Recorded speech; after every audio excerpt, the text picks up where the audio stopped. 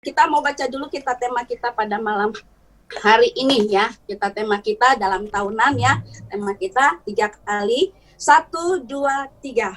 Orang hidup, orang benar. Hidup oleh iman. Orang benar hidup oleh iman. Orang benar akan hidup oleh iman. Ya.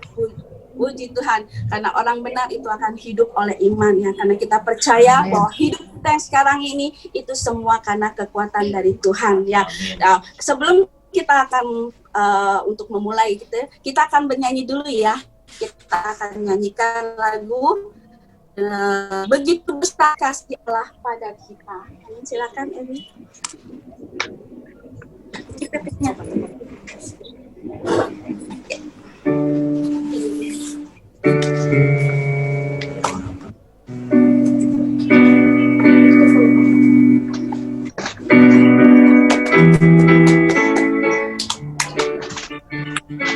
Begitu besar kasih Allah pada kita, diberkatilah anak cucu kita di mana-mana. Tuhan mengubah miskin dan menjadikan kaya. Dia merendahkan dan meninggikan juga. Begitu besar kasih Allah pada kita. Diberkatilah anak cucu kita di mana-mana. Tuhan mengubah miskin dan menjadikan kaya. Yang merendahkan dan meninggikan juga. Berbahagialah bagi orang yang percaya. Anak cucunya pasti tidak akan meminta-minta,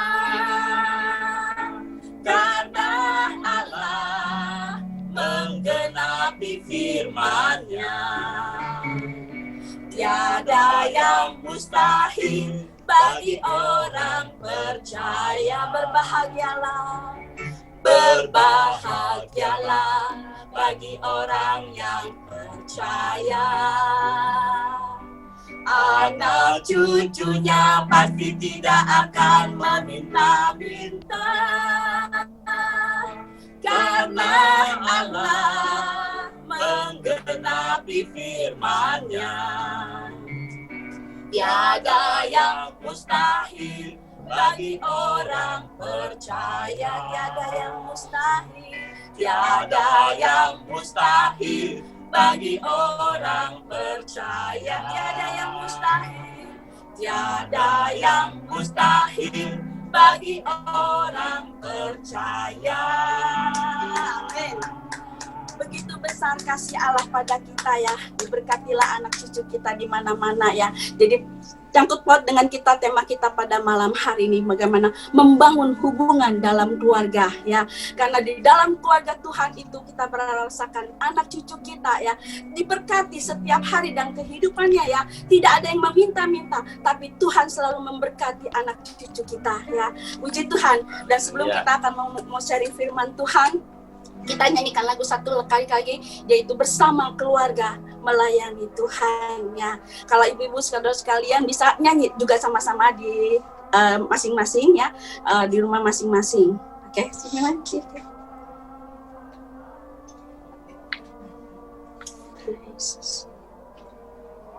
Terima kasih. Udah belum? Sebentar ya. Amin. Ya, kami sekeluarga, kita sekeluarga semua dalam Tuhan, kita mau melayani Tuhan, ya, kita mau mengasihi Tuhan, karena Tuhanlah yang begitu luar biasa membangun kehidupan rumah tangga kita, hidup dengan kasih Tuhan. Amin.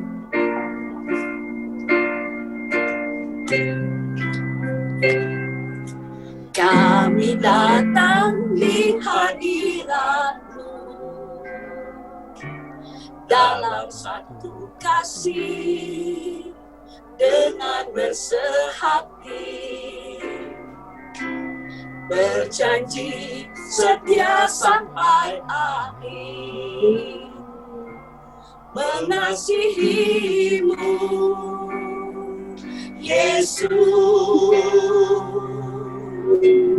Bersama keluargaku melayani Tuhan, bersatu selamanya mengasihi Engkau. Tiada yang dapat melebihi kasih-Mu ya Tuhan. Bagi kami Engkau segalanya. Gelombang badai hidup coba menghalangi, namun kuasa Tuhan buka jalan kami.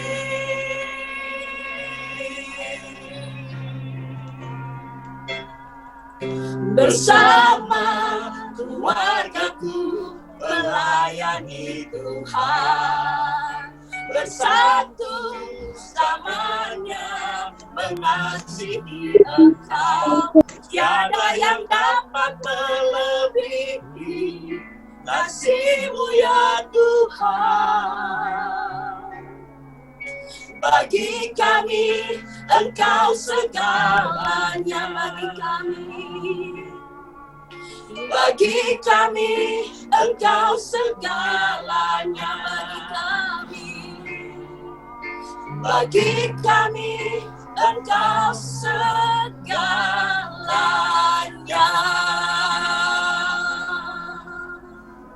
Mari sama-sama kita masuk di dalam doa. Sebelum kita menyembah kepada Tuhan kita, terima kasih Tuhan. Terima kasih Engkau begitu luar biasa dalam kehidupan rumah tangga kami Tuhan.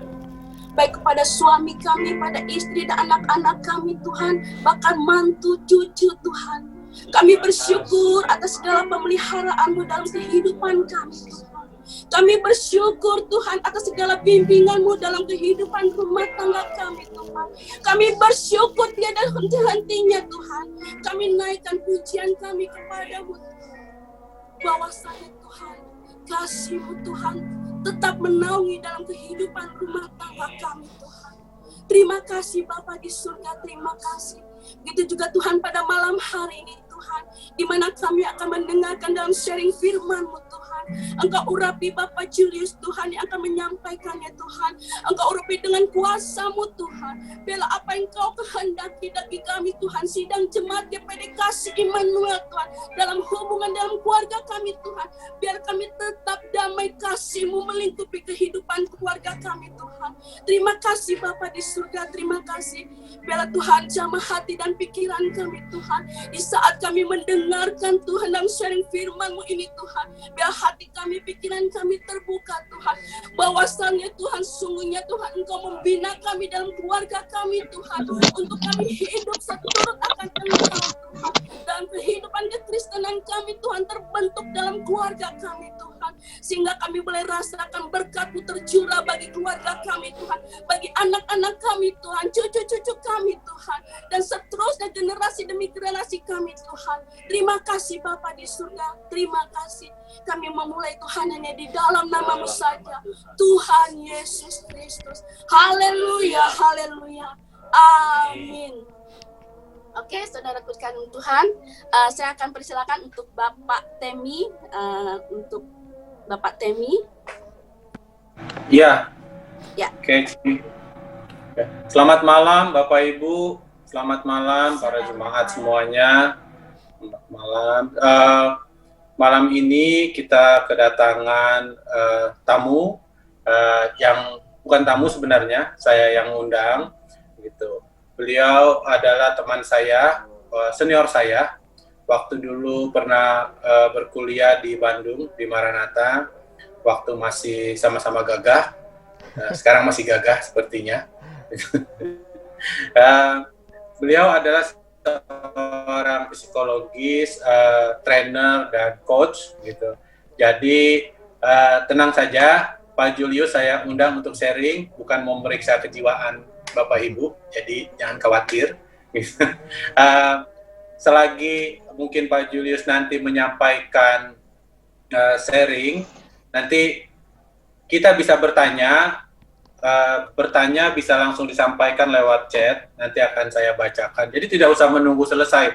Begitu Pak Julius lagi sharing, mungkin ada yang ingin ditanyakan, bisa langsung saja di chat, gitu, langsung di chat di for everyone, nggak usah di private chatnya, gitu. Nanti kita akan sama-sama kita dengarkan Pak Julius memberikan pada kita satu arahan. Secara lama ini kan kita cuman mendengarnya tuh lewat dari satu yang alkitabiah, kita coba mendengar dari sesuatu segi yang secara psikologis itu seperti apa gitu, membina hubungan yang tetapi yang Tuhan kehendaki gitu. Nah, nanti kita akan dengar.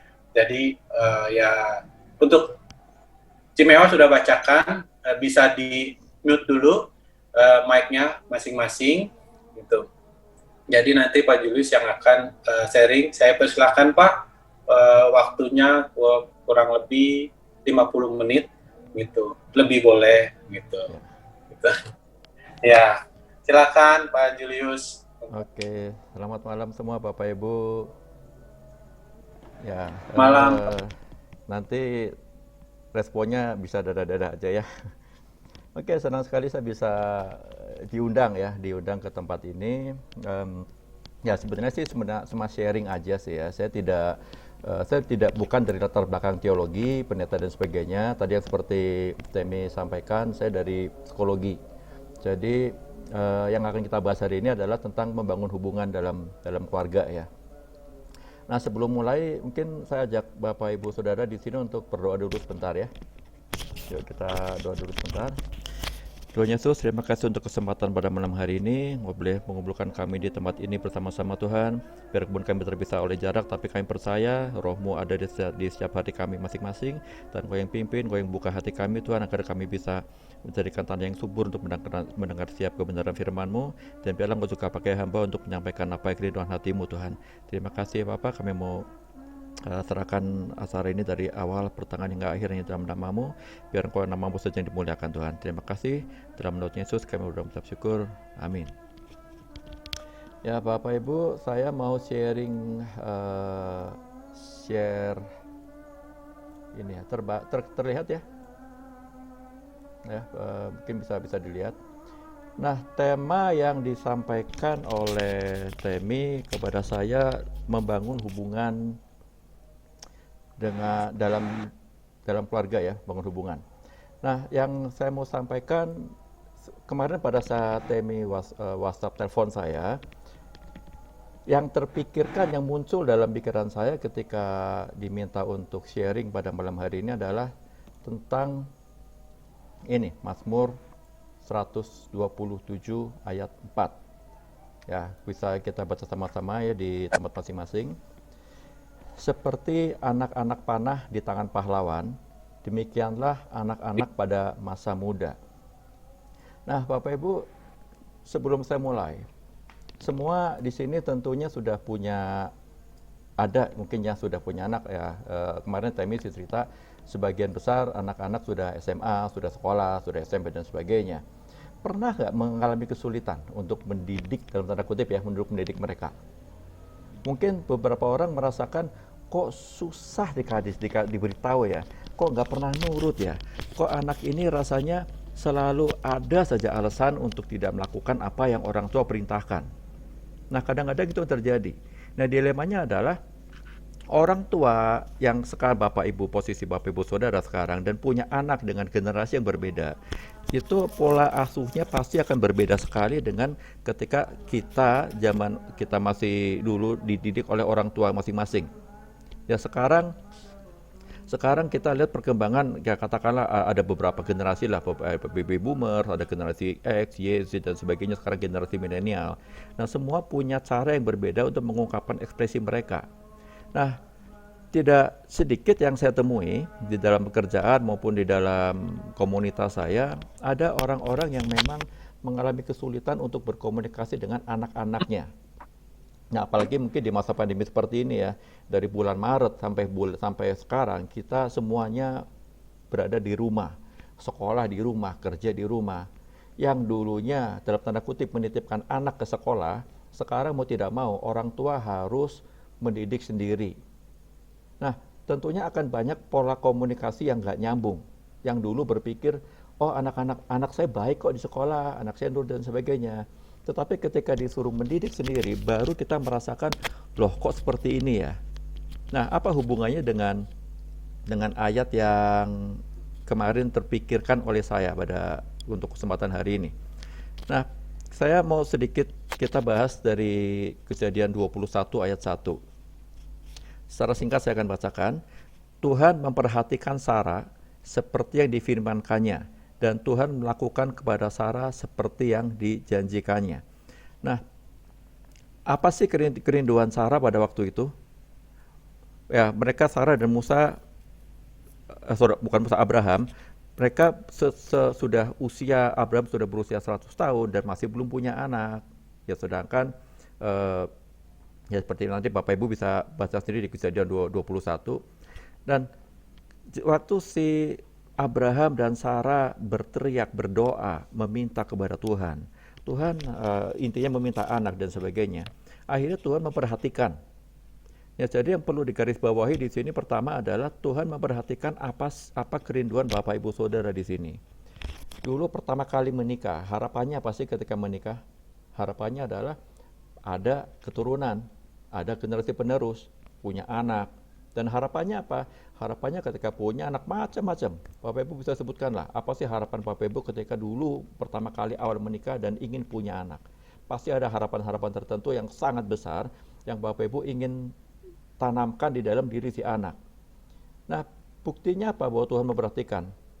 Kalau dulu Tuhan memperhatikan Sarah, sekarang pun Tuhan memperhatikan kerinduan Bapak Ibu kan? Dengan apa? Menitipkan anak. Ya, berapapun jumlahnya. Tapi intinya ada yang Tuhan titipkan di dalam kehidupan Bapak Ibu Saudara semua. Ya, di sini Tuhan memperhatikan Sarah, artinya Tuhan pun memperhatikan kebutuhan kita. Kita bicara dalam konteks keluarga, dalam konteks anak.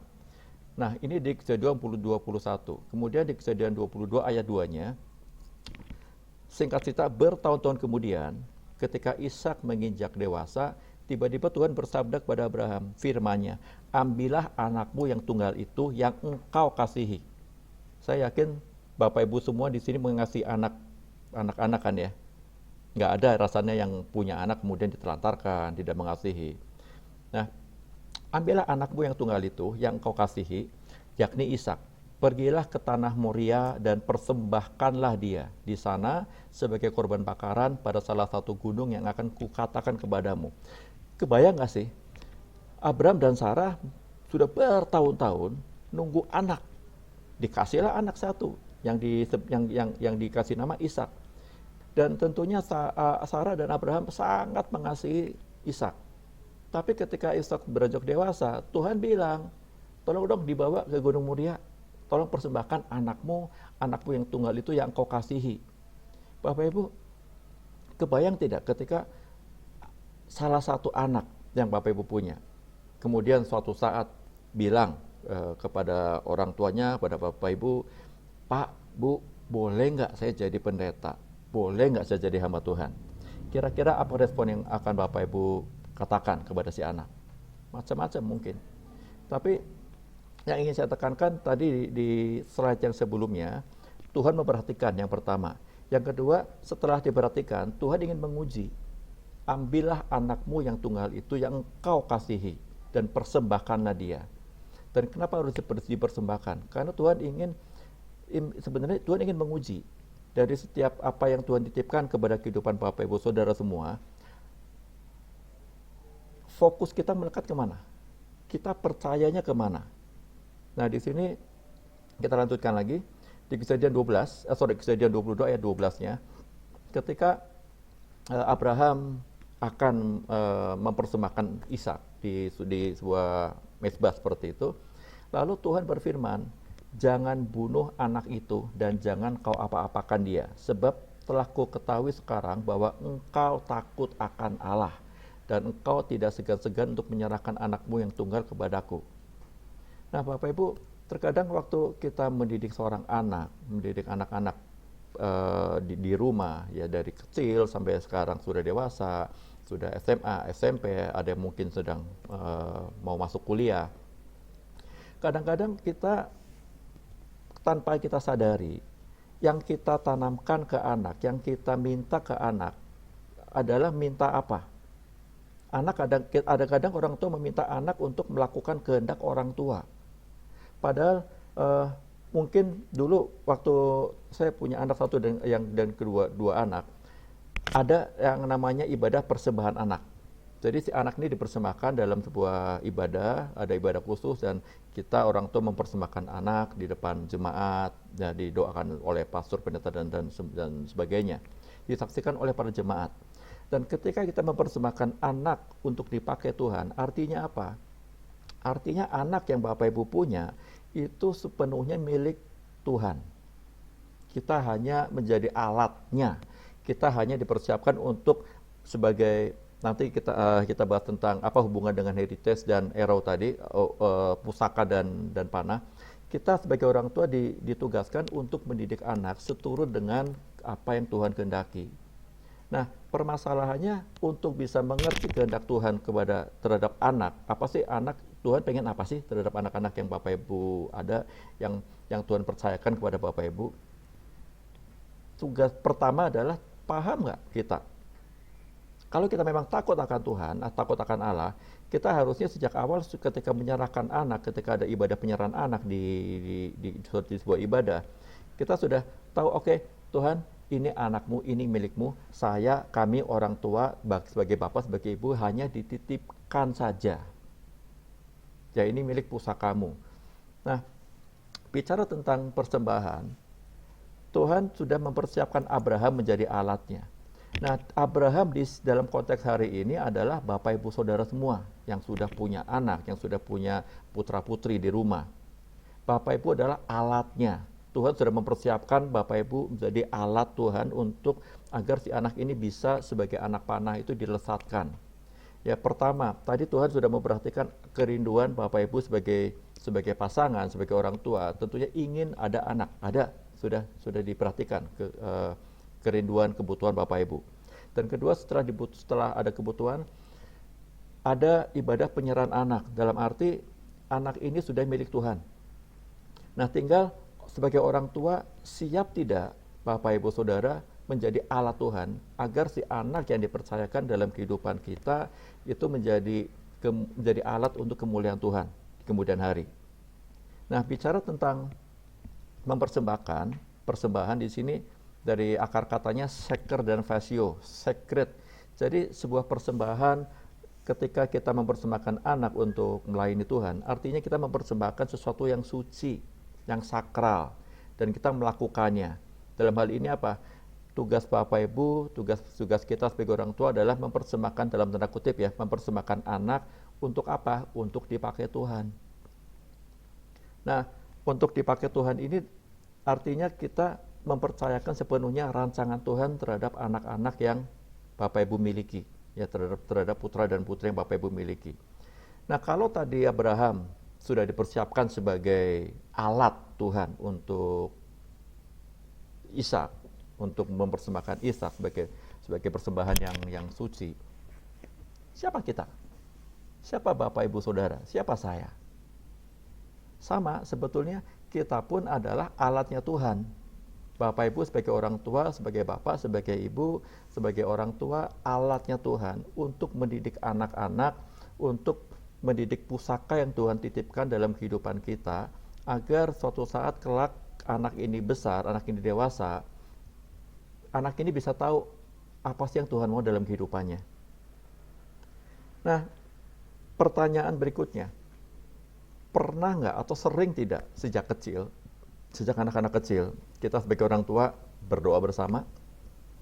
Oh, mungkin sering, waktu kecil kita sering-sering berdoa bareng, ibadah bersama dan sebagainya.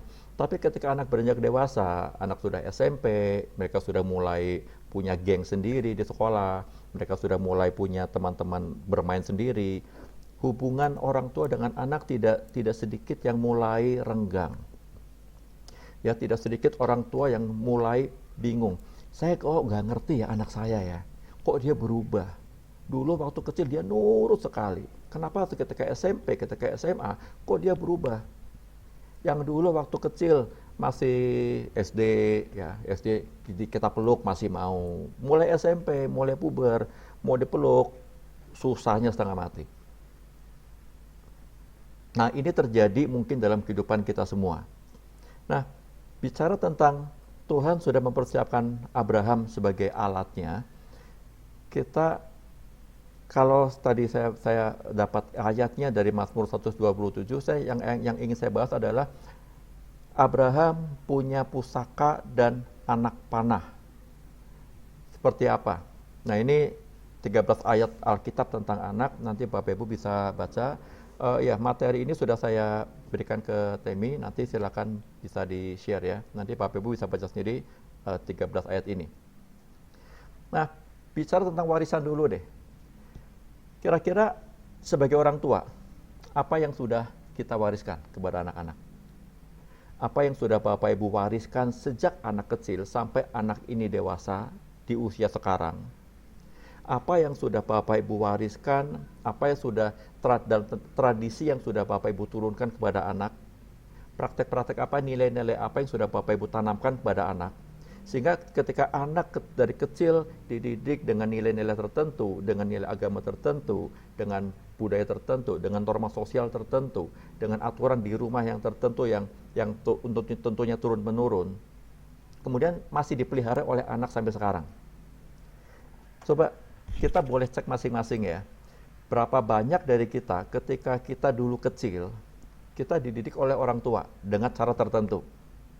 Kemudian pasti terjadi dalam proses kehidupan kita masing-masing, kita punya pengalaman yang tidak menyenangkan terhadap orang tua. Ya, itulah yang mungkin yang saya sebut di sini istilahnya adalah warisan. Warisan ini tidak hanya bicara tentang uang, materi, termasuk warisan nilai-nilai moral yang kita tanamkan kepada anak, dari anak sejak kecil sampai sekarang. Nah, ada sebuah tradisi yang tanpa sadar kita turunkan dari orang tua kita alami dan kita turunkan ke anak-anak. Nah, di sini warisan heritage pusaka bicara tentang warisan sebuah tradisi, praktik atau serangkaian nilai yang diturunkan dari generasi sebelumnya melalui keluarga. Diturunkan kemana? Dari orang tua diturunkan ke kita sebagai orang tua, kita sebagai orang tua menurunkan juga ke anak. Jadi apa yang anak lakukan sekarang sebetulnya adalah cerminan dari orang tua. Gampangnya seperti ini deh. Kalau Bapak Ibu ingin melihat orang tua seperti apa sih, teman mungkin keluarga lain ya, kalau ingin tahu seperti apa perilaku mereka di rumah, cara paling gampang adalah kita bisa melihat bagaimana si anak ini ketika ada di komunitas. Bagaimana anak ini berbicara ketika ada di komunitas. Seringkali anehnya gini, seringkali kita temui ketika contoh ya, ada seorang anak yang melakukan sebuah tindakan yang melanggar aturan. Kemudian tertangkaplah oleh aparat keamanan. Orang tua banyak sekali yang bilang, padahal dia di rumah baik sekali. Padahal dia di rumah sebagai anak yang luar biasa alim, anak yang penurut. Saya nggak nyangka, kami tidak menyangka ketika di luar dia seperti itu. Nah, kadang-kadang orang tua, apalagi orang tua sekarang yang semua serba mudah, anak-anak dimanjakan dengan gadget. Ya, berapa banyak anak kecil ya belum ngerti apa-apa sambil katakanlah bayi sudah mulai duduk disuapin, dia belum bisa bicara, biar tenang diapakan. Cara paling gampang buat orang tua sekarang agar tenang makannya mau adalah diberikanlah gadget di depan. Jadi si anak makan sambil nonton gadget. Dari sebelum anak di bawah 1 tahun sudah dikenalkan dengan gadget. Kebayang ketika suatu saat anak ini makan dan tidak ada gadget di depan mata dia akan berontak, dia akan protes, dia akan nangis. Jadi siapa pengganti orang tua dalam hal ini? Gadget. Nah, kadang-kadang kita memang dilema sih. Orang tua sekarang ketika akan memberikan sebuah gadget ke anak, kalau tidak diberikan, kasihan. Soalnya anak-anak semua di sekolahan dia semua pakai gadget. Dan pasti Bapak Ibu nggak mau dong sebagai orang tua ngeliat anaknya agak kuper, ini nggak ngerti, itu nggak ngerti. Tapi kalau diberikan, anak jadi tidak ada waktu. Nah, banyak yang saya temui sekarang anak susah sekali lepas dari gadget. Nah, ini sebetulnya tidak terlepas dari warisan apa yang kita sebagai orang tua tanamkan di dalam anak ketika anak masih di rumah. Saya dulu waktu anak saya dulu kecil belum ada gadget, masih belum zaman handphone lah. Ada sebuah alat main lah seperti saya lupa Nintendo atau Sega lah ya. Nah, yang saya lakukan ketika anak saya belum di bawah 5 tahun waktu itu, saya bilang, kamu boleh main hanya di hari Jumat malam. Karena Sabtunya waktu itu libur. Jadi Jumat malam saya keluarkan Seganya, silakan bermain, tapi saya batasin. Maksimal sekali main 2 jam. Setelah itu istirahat. Nanti malam, sore, setelah istirahat sekian jam, boleh main lagi 2 jam lagi. Dan hari Minggu sore, jam 6 sore, mainan itu sudah masuk lagi ke lemari. Itu saya tanamkan sejak anak-anak saya kecil. Nah, berapa banyak orang tua yang mewariskan toleransi. Tadi tagih tanggung 5 menit lagi. Oke, 5 menit janji ya. Kita kasih toleransi. Tapi ketika 5 menit, anak, udah 5 menit, ayo, mana janjimu? Lu bentar lagi deh. Orang tua toleransi lagi. Kebayang, akhirnya orang tua tidak punya power apapun kepada si anak. Kenapa? Tanpa sadar itu yang diwariskan. Oh nggak apa-apa, orang tua saya bisa dinego kok. 5 menit, 10 menit juga nanti juga dibiarkan kok. Akhirnya ketika anak benar-benar kita keraskan, kita tegaskan, tegas dalam arti, oke, ini sudah waktunya, silakan disimpan. Anak akan protes. Nah, itu tanpa sadar yang kita turunkan kepada anak. Tanpa sadar itu yang kita wariskan kepada anak dalam konteks pendidikan anak. Nah, tadi pertanyaannya, apa sih yang sudah dan akan Bapak Ibu wariskan kepada anak-anak di masa depan? Mungkin nanti bisa dipikirkan malam setelah acara ini selesai, coba bicarakan suami dengan istri, apa sih yang sudah kita wariskan? Kira-kira omongan seperti apa sih? Coba cek, masing-masing anak dicek. Ada nggak yang di rumah ketika anak-anak marahnya persis atau mirip dengan bapaknya atau ibunya? Ada nggak? Padahal nggak ada yang ngajarin.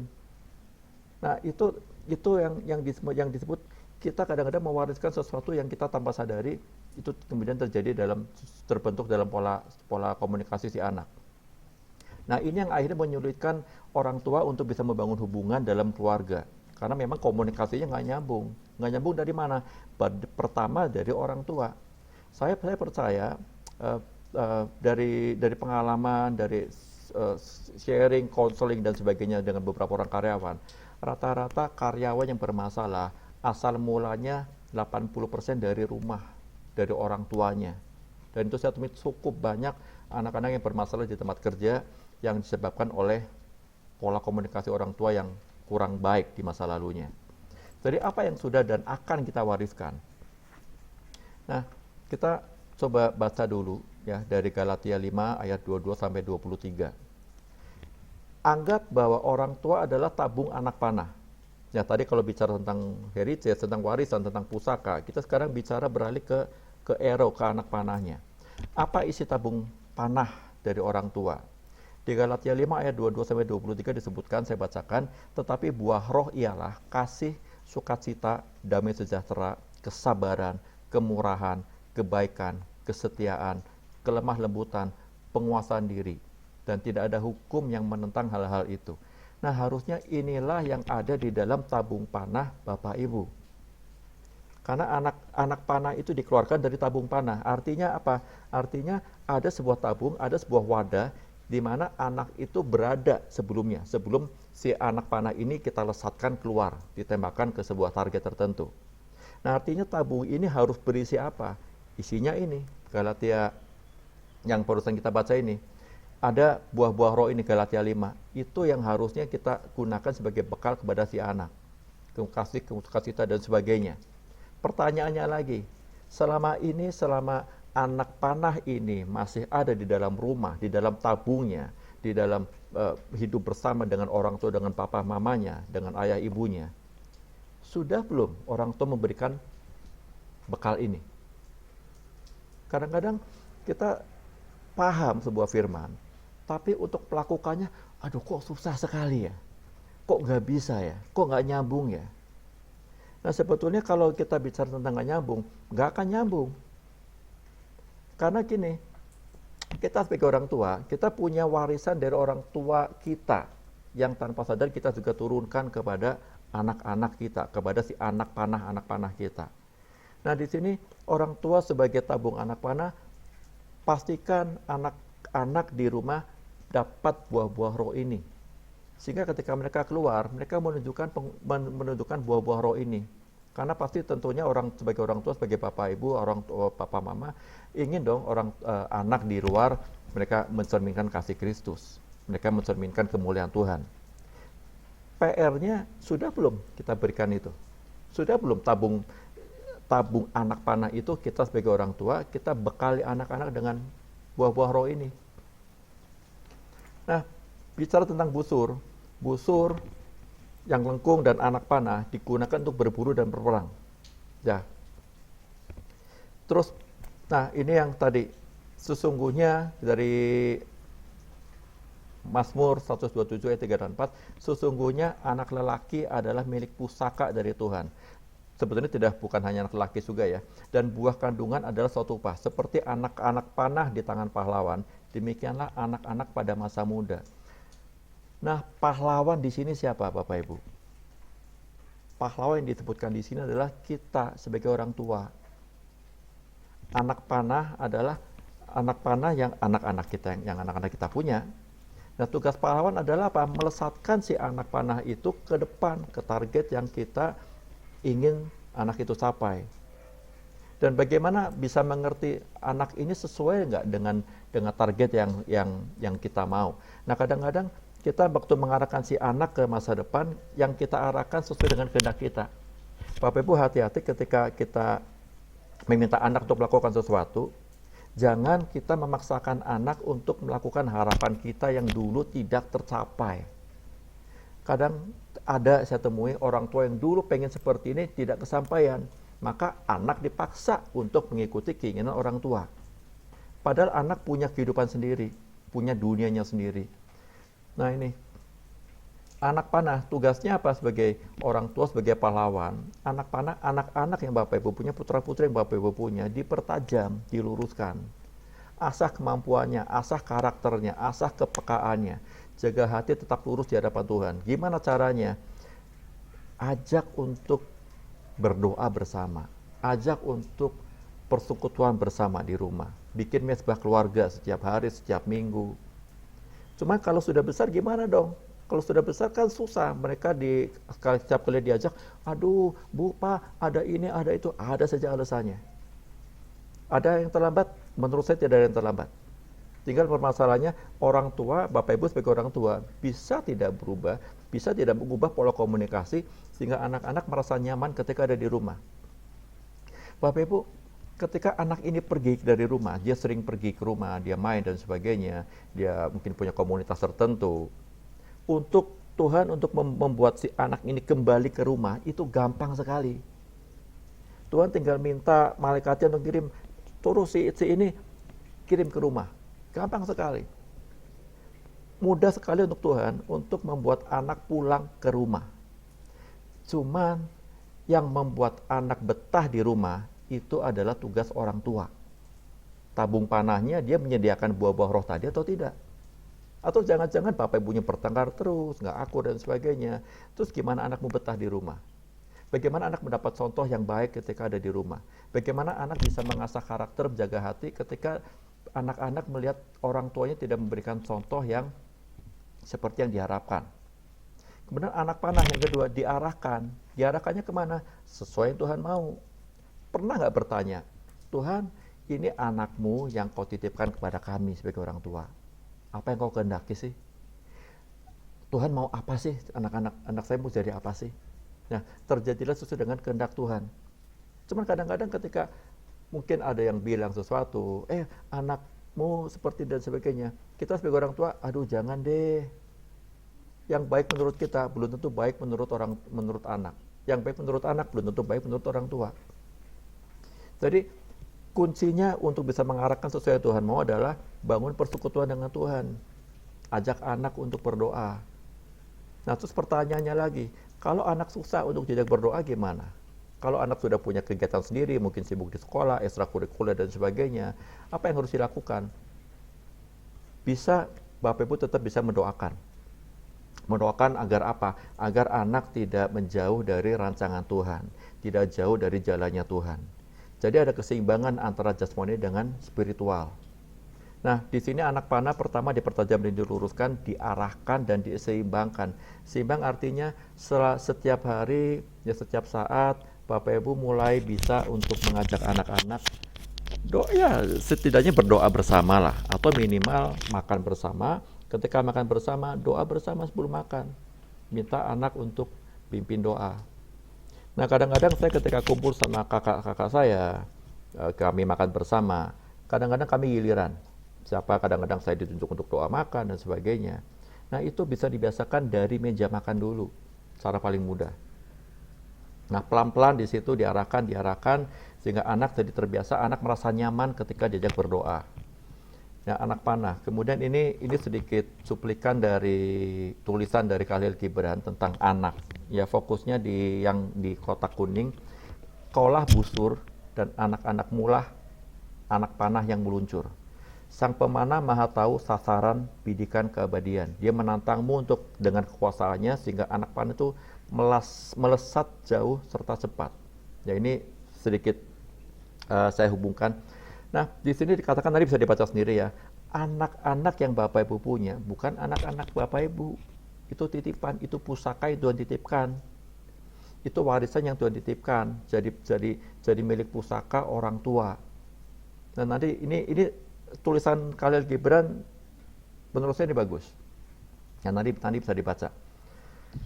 Nah, bicara tentang, kita lanjut lagi tentang anak panah. Ya, di sini disebutkan berbahagialah orang yang telah membuat penuh tabung panahnya dengan semuanya itu. Ia tidak akan mendapat malu apabila ia berbicara dengan musuh-musuh di pintu gerbang. Nah, tabung panah di sini dikatakan berbahagialah orang yang telah membuat penuh tabung panahnya. Berbahagialah orang tua yang sudah penuh membuat rumahnya sebagai tempat untuk anak bertumbuh, tempat untuk anak bisa berkembang, tempat untuk anak bisa mengenal apa sih firman Tuhan, seperti apa sih, berdoa kepada Tuhan itu seperti apa sih, persekutuan itu seperti apa sih, mengandalkan Tuhan itu seperti apa sih. Nah, kenapa berbahagia? Karena dia tidak akan mendapat malu apabila ia berbicara dengan musuh-musuh di pintu gerbang. Bapak Ibu, di zaman sekarang anak-anak begitu banyak yang salah pergaulan dan sebagainya. Dan tantangan Bapak Ibu sebagai orang tua adalah bisa tidak membuat rumah sebagai tabung panah ya, rumah itu sebagai tempat anak untuk bertumbuh. Sehingga ketika anak ini keluar ke lingkungan, ke komunitas, itu mereka tidak akan mendapat malu apabila dapat lingkungan pergaulan yang tidak baik. Bapak Ibu nggak perlu khawatir. Nah, di sini ada 3 poin, 3 unsur ya. Busur, ya saya ibaratkan sebagai orang tua, anak panah, yaitu anak-anak yang Bapak Ibu punya, putra putri, dan tabung anak panah. Warisan apa yang sudah Bapak Ibu wariskan kepada anak sekarang dan nantinya akan Bapak Ibu wariskan. Tugas orang tua. Tugas orang tua di sini pertama membentuk kepribadian anak, karakter, nilai-nilai moral, menciptakan lingkungan keluarga yang hangat dan penuh cinta kasih. Bapak Ibu, saya ada satu keluarga yang konseling kepada saya dan itu cukup rumit sebetulnya. Karena komunikasi suami istri yang memang tidak terbentuk sejak awal. Sehingga apa? Pengaruhnya ke anak. Orang tua ini, suami istri ini ketika bertengkar, ada selalu piring terbang yang mereka lempar barang dan sebagainya. Dan saya tanya, ada nggak salah satu anak atau beberapa anak di rumah, anaknya 5 kebetulan, yang kalau marah sama, lempar-lempar barang? Oh, ada Pak. Dari mana contohnya? Ada nggak yang ngajarin? Nggak ada yang ngajarin. yang mengajarkan adalah anak, karena anak mencontoh dari orang tuanya. Nah, jadi tugas orang tua di sini adalah bentuk kepribadian anak, tanamkan nilai-nilai moral. Kalau dia sudah SMA bagaimana? Nggak ada masalah.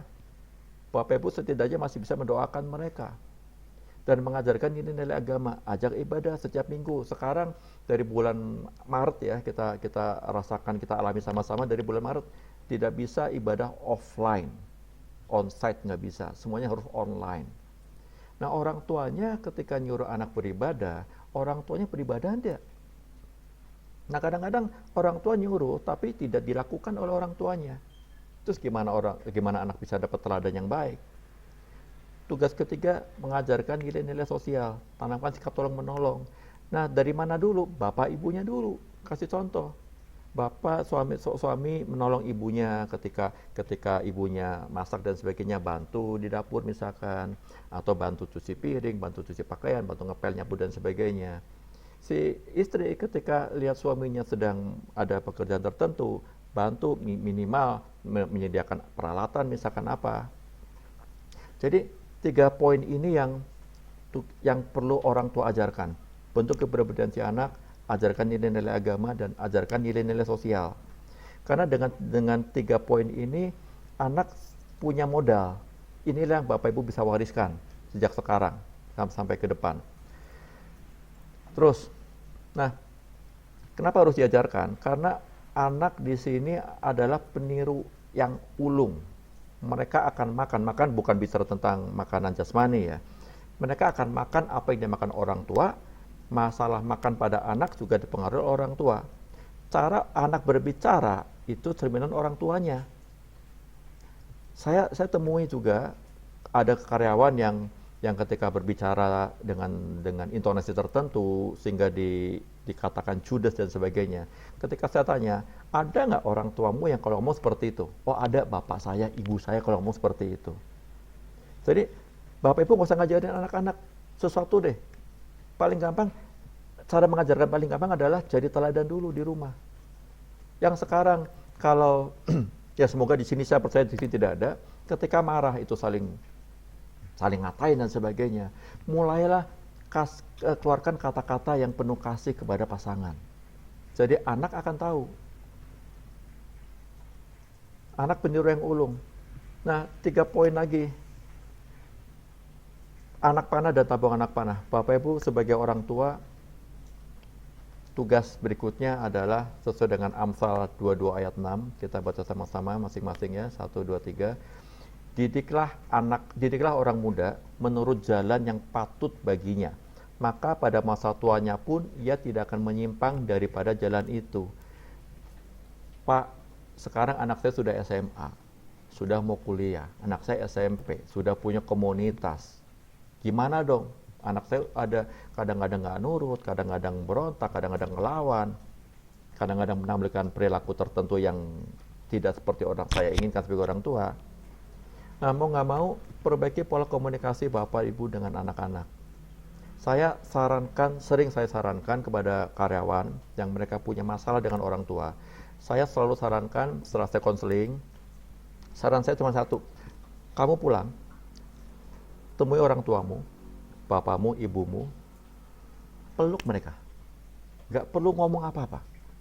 Kalau mau ngomong, bilang, Pak, aku sayang Bapak, Bu, aku sayang Ibu. Kalau orang tua kemudian mungkin, nak kamu kenapa? Kok tiba-tiba begini? Enggak, kan Bapak saya orang tua saya. Boleh dong. Ada beberapa karyawan yang mau melakukan itu. Dan perjalanan waktu, hubungan mereka dengan orang tuanya jadi lebih baik lagi. Ya, rata-rata mereka dari sepupu kita. Suka atau tidak, orang tua adalah cerminan dari anak-anak. Mereka akan meneladani apa yang dilakukan oleh ayah ibu mereka. Nah, Bapak Ibu, apa yang sudah Bapak Ibu Saudara teladankan kepada anak-anak? Cara berbicara seperti apa? Komunikasi seperti apa? Sering tidak anak-anak dipeluk sampai anak-anak besar? Buat apa sih dipeluk? Ketika anak-anak dipeluk, anak merasa kita merasa nyaman, kita merasa aman, kita merasa dapat pelindungan. Ada kedekatan emosi. Pernah nggak Bapak Ibu ketika meluk anak dan ngeluk benar-benar peluk? Dan ketika memeluk di dada itu rasanya, aduh enak banget. Pernah merasakan seperti itu? Nah, coba kalau memang sempat hilang rasa itu, coba lakukan lagi, peluk anak, peluk benar-benar rasakan sampai, aduh ini nyaman banget saya meluk anak saya. Nah itu buat saya itu cukup membuat anak merasa secara emosional, merasa lebih dekat, merasa aman, nyaman dengan orang tuanya. Nah jika gaya hidup kita adalah gaya hidup yang tidak sehat, jangan berharap anak-anak akan memiliki gaya hidup yang sehat. Karena sumber mata air tidak bisa mengeluarkan air yang manis dan pahit dari sumber yang sama. Jadi pilih, kita orang tua, Bapak Ibu Saudara akan mendidik anak menurut jalan yang seperti apa. Tentunya bukan jalan orang tua, jalan seperti jalan Tuhan. Nah, bicara tentang kita kaitkan sama dengan topik membangun komunikasi. Sudah belum kita komunikasi dengan Tuhan dulu? Sudah belum kita bertanya kepada Tuhan, Tuhan, Engkau ingin kami sebagai orang tua mendidik anak dengan cara seperti apa? Tolong tuntun kami sebagai orang tua untuk berkomunikasi dengan anak. Kami tahu anak-anak si A, si B, sebutkan, doakan anak-anak dalam doa Bapak Ibu. Ini, seperti ini, dan kami kesulitan. Kami percaya bahwa jalanmu adalah jalan yang benar. Tolong tuntun kami sebagai orang tua untuk bisa menjadi teladan bagi si anak. Nah, jadi itu pusaka yang akan Bapak Ibu bentuk dari si anak. Tabung anak panah ini akan terisi sehingga si anak-anak yang di rumah, putra-putri Bapak Ibu, mereka juga merasa lama-kelamaan merasa lebih nyaman dengan orang tuanya. Nah, kedua, Amsal 13 ayat 34. Siapa tidak menggunakan tongkat, ini tongkat kita tidak bicara secara harafiah tongkat kayu ya. Siapa tidak menggunakan tongkat benci kepada anaknya, tetapi siapa mengasihi anaknya menghajar dia pada waktunya. Bapak Ibu, ketika dulu kita kecil, Bapak Ibu Saudara masih kecil, pasti pernah ditegur, dimarahi oleh orang tua, pernah dihukum oleh orang tua. Enak? Nggak enak, pasti nggak enak. Dan saya percaya ketika kita dulu kecil dihukum oleh orang tua, kemudian minta, Pak nambah lagi dong, dipukulnya dong, dimarahin lagi dong. Rasanya nggak ada. Semua pasti, aduh kok nggak enak banget ya. Hati-hati Bapak Ibu, apa yang Bapak Ibu simpan, katakanlah kepahitan dengan orang tua, dengan masa lalu, hati-hati, karena itu bisa nular. Jadi tongkat yang akan kita gunakan bukan tongkat kasih, tapi tongkat yang kebencian. Karena saya dulu pernah dilakukan orang tua seperti ini, maka tanpa sadar Allah bawah sadar kita berbicara, anakku juga akan saya didik dengan cara seperti itu. Nah itu pentingnya sebagai orang tua, komunikasi dengan Tuhan. Cek ada nggak saya kepahitan yang masih tersimpan, yang terpendam, yang mungkin saya sudah lupa sekalipun. Dan di sini mengasihi bukan berarti memberikan apa yang kita mau, bukan apa yang kita kasih, bukan apa yang orang itu mau. Mengasihi juga bisa lewat teguran atau bahkan tongkat ajaran kepada mereka. Anak mungkin nangis, anak mungkin protes. Nah, ajarkan. Kadang-kadang sebagai orang tua, pola komunikasi yang dilakukan adalah ketika marah ke orang tua, kita hanya marah titik. Tidak memberikan penjelasan, nah tahu nggak kenapa Bapak marah? Tahu nggak kenapa Ibu kamu marah?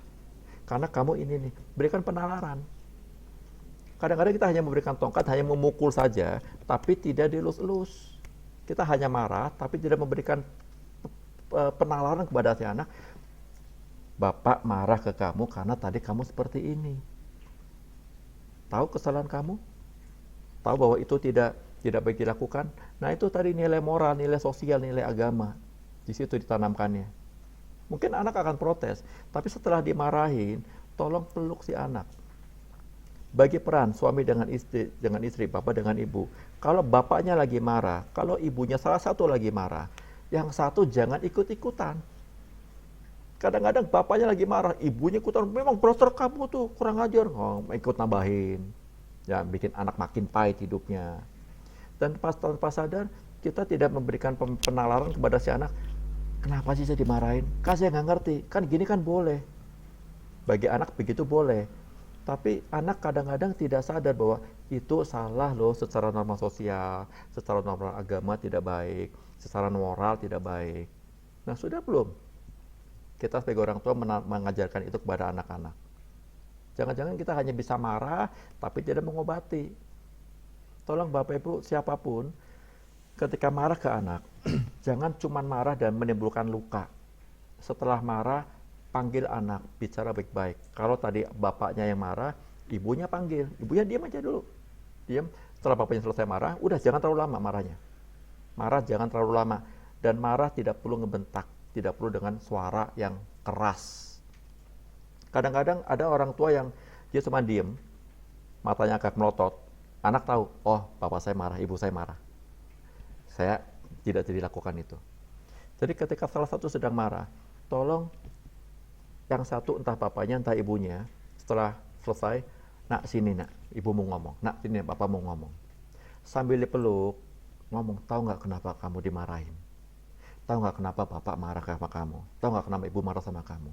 Karena kamu lakukan ini nih. Jelaskan seperti itu. Jadi anak tahu, oh iya ya, ternyata itu tidak menyukakan hati bapak dan mama. Jadi anak tahu, bukannya sekedar dimarahin saja.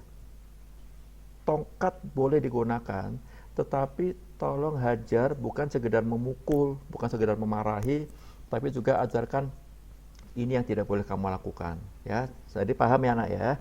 Lain kali biar papa ibu senang, kamu tidak boleh lakukan ini, kan kamu anak baik. Nah itu, berikan teladan seperti itu, berikan dengan kata-kata, bangun hubungan, bangun komunikasi dengan anak dengan cara seperti itu. Nah anak panah dan tabung anak panah yang ketiga, Amsal 29 ayat 15. Tongkat dan teguran berdatangan hikmat, tetapi anak yang dibiarkan mempermalukan ibunya. Jadi di sini disiplin yang dilakukan oleh para orang tua adalah untuk kebaikan sang anak. Bapak Ibu tolong ingat ya, ketika Bapak Ibu marah dengan anak, ketika ingin memarahi anak, bukan melampiaskan emosi. Nah kadang-kadang orang tua tanpa sadar marah ke anak, yang dilampiaskan adalah emosi orang tuanya.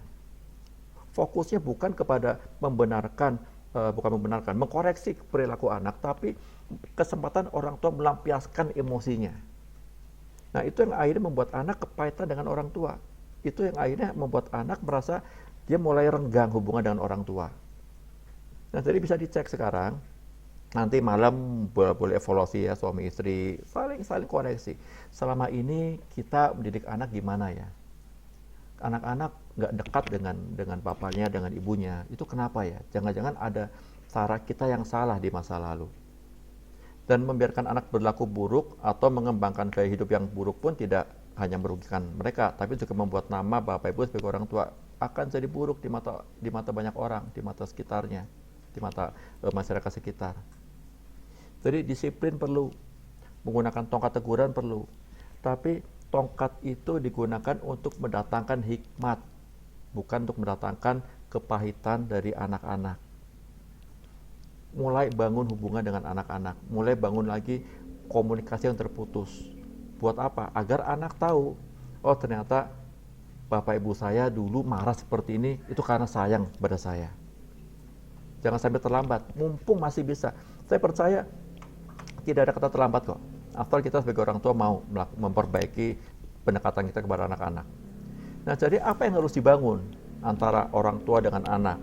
Apa yang harus diwariskan? Sebagai tabung anak panah, harus bagaimana nih si anak panah ini? Putra-putri Bapak Ibu Saudara harus dibagaimanakan? Yang harus dibangun adalah bangun hubungan. Yang harus dilakukan sekarang Bapak Ibu Saudara adalah bangun hubungan. Pertama, kita review lagi ya dari awal. Tuhan memperhatikan Sarah. Tuhan memperhatikan, artinya orang tua pun Bapak Ibu Saudara diperhatikan oleh Tuhan. Buktinya apa? Ada dititipkan pusaka dari Tuhan, dititipkan anak putra-putri. Dan orang tua Bapak Ibu menjadi tabung anak panah, menjadi alatnya. Artinya pertama yang harus dilakukan pertama adalah bangun kembali hubungan dengan Tuhan. Bapak Ibu, berapa banyak Bapak Ibu yang setiap malam mendoakan anak-anak? Berapa banyak Bapak Ibu yang ketika tidur, ketika bangun tidur, pagi, saling mendoakan suami dengan istri, saling mendoakan pasangan, saling mendoakan anak-anak, satu-satu didoakan. Nah artinya pertama bangun kembali hubungan dengan Tuhan. Bapak Ibu sebagai tabung anak panah, tugas yang berikutnya lagi adalah bangun hubungan dengan Tuhan. Karena Bapak Ibu adalah alat Tuhan. sama seperti Abraham sebagai dipersiapkan untuk menjadi alatnya dengan mempersembahkan Ishak sebagai anaknya. Nah, tugas Bapak Ibu adalah ketika bangun hubungan dengan Tuhan, tugas Bapak Ibu apa? Tadi melesatkan anak panah, mengarahkan anak panah itu, mengarahkan kepada satu tujuan tertentu yang Tuhan mau. Kedua, tugas orang tua ada di Ulangan 6 ayat 6 sampai 9. Nah, tugas kedua, pertama bangun hubungan dengan Tuhan, kedua bangun hubungan dengan pasangan. Suami istri bangun kembali hubungan. Coba cek selama ini komunikasi Bapak Ibu, komunikasi suami istri, Bapak dan Mama di rumah seperti apa sih? Diam-diaman kah? Atau kadang-kadang ada pola komunikasi yang seringkali juga terjadi.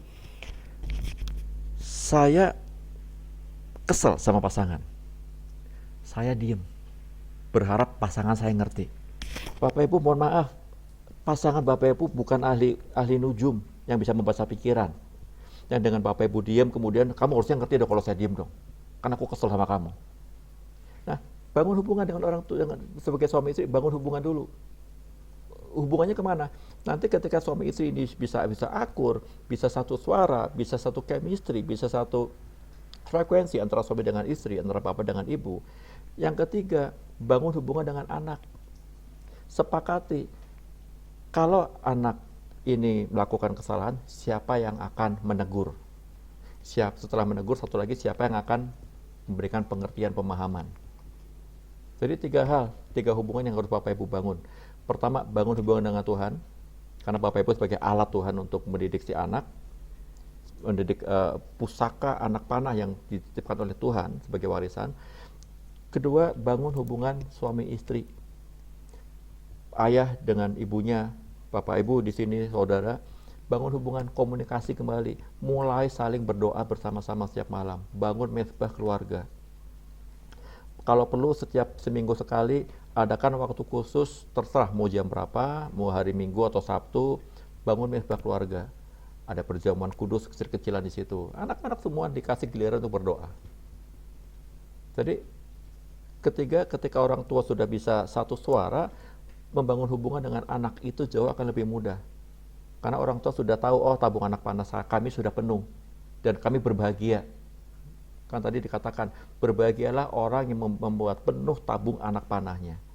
Jadi tinggal persiapkan, menajamkan, mengasah dan mengarahkan anak ke masa depan, ke tujuan, ke rencana yang Tuhan mau, yang sudah Tuhan tetapkan. Artinya biar tahu anak, Tuhan ini anak saya mau dikemanakan. Nomor 1, komunikasi sama Tuhan. Apa yang harus kami sebagai orang tua lakukan? Ya, ini tugas orang tua. Kita baca sama-sama ya. Ulangan 6 ayat 6 sampai 9. Yuk, 1 2. Apa yang kuperintahkan kepadamu pada hari ini haruslah engkau perhatikan, haruslah engkau mengajarkannya berulang-ulang kepada anak-anakmu dan membicarakannya apabila engkau duduk di rumahmu, apabila engkau sedang dalam perjalanan, apabila engkau berbaring dan apabila engkau bangun. Haruslah engkau juga mengikatkannya sebagai tanda pada tanganmu, dan haruslah itu menjadi lambang di dahimu, dan haruslah engkau menuliskannya pada tiang pintu rumahmu dan pada pintu gerbangmu. Nah, tugas orang tua mengajarkan bukan hanya sekali. Aduh Pak, kan ini berkali-kali dikasih tahu nggak pernah nurut. Ingat loh, di sini Tuhan bilang loh, mengajarkannya berulang-ulang, harus. Ada kata harus. Haruslah engkau mengajarkannya berulang-ulang. Bukan cuma sekali 2 kali terus, aduh Pak nggak nurut, saya capek Pak. Kira-kira kalau kita alasan seperti itu, boleh nggak Tuhan ngomong seperti itu ke kita? Aduh nak, hambaku kamu udah berulang-ulang, aku capek. Mungkin sama. Berulang-ulang kapan? Apa yang harus dilakukan kepada anak-anak? Membicarakannya. Kapan? Apabila sedang duduk di rumah. Nah, coba cek di rumah. Biasanya ketika kita duduk, kita di rumah duduk pada ngapain? Sibuk kan? Sibuk, semua pada HP-an. Satu meja makan, semua sibuk dengan HP-nya. Yang diobrolin apa? Nggak tahu, nggak ada yang ngobrol dengan orang yang di seberang sana. Tapi duduk di rumah tidak membicarakan kebaikan-kebaikan Tuhan seperti apa. Ya tidak membicarakan, nah Tahu nggak tadi Bapak di tempat kerja seperti ini, tadi Mama di tempat kerja seperti ini, tadi begini. Ceritakan kebaikan Tuhan. Kedua, apabila engkau sedang dalam perjalanan satu mobil bareng, satu naik motor bareng-bareng, ngobrol tentang kebaikan Tuhan, tentang perjalanan Bapak Ibu, betapa Bapak Ibu bersyukur punya anak seperti mereka. Apabila engkau sedang berbaring, artinya malam, sempatkan waktu untuk ngobrol dengan anak. Sebelum tidur, doa bareng, doakan. Sambil berbaring artinya anak menjelang tidur, peluk, ngobrolin. Setelah berdoa, ya silakan mau cium kening kayak mau peluk. Dan juga apabila engkau bangun, jadi ada duduk, ada dalam perjalanan, ada berbaring, ada bangun. Dan harus apa? Ikatkan sebagai tanda pada tanganmu. Artinya ketika tadi bicara tentang sacrifice, persembahan, offering ya, kita memberikan sesuatu yang suci, tangan yang memberikan. Ya, dan harus jadi lambang di dahimu. Artinya apa? Harus kita ingat. Ingat, oh ya, kalau saya ngomong seperti ini itu tidak membuat anak terberkati. Terus haruslah menuliskannya pada tiang pintu rumahmu dan pada pintu gerbangmu. Artinya apa?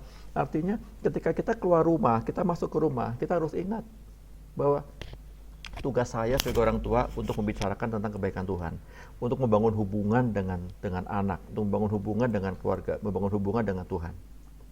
Nah, kalau Bapak Ibu bisa lakukan di Ulangan 6 ayat 6-9 ini, menurut saya itu sangat luar biasa. Karena kadang-kadang ketika duduk, ketika dalam perjalanan, ketika berbaring, bangun, kita jarang sekali bangun hubungan dengan anak. Ya, dengan pasangan pun jarang. Bangun pagi, aduh sibuk, kerjalah, ngurus apalah, dan sebagainya lah.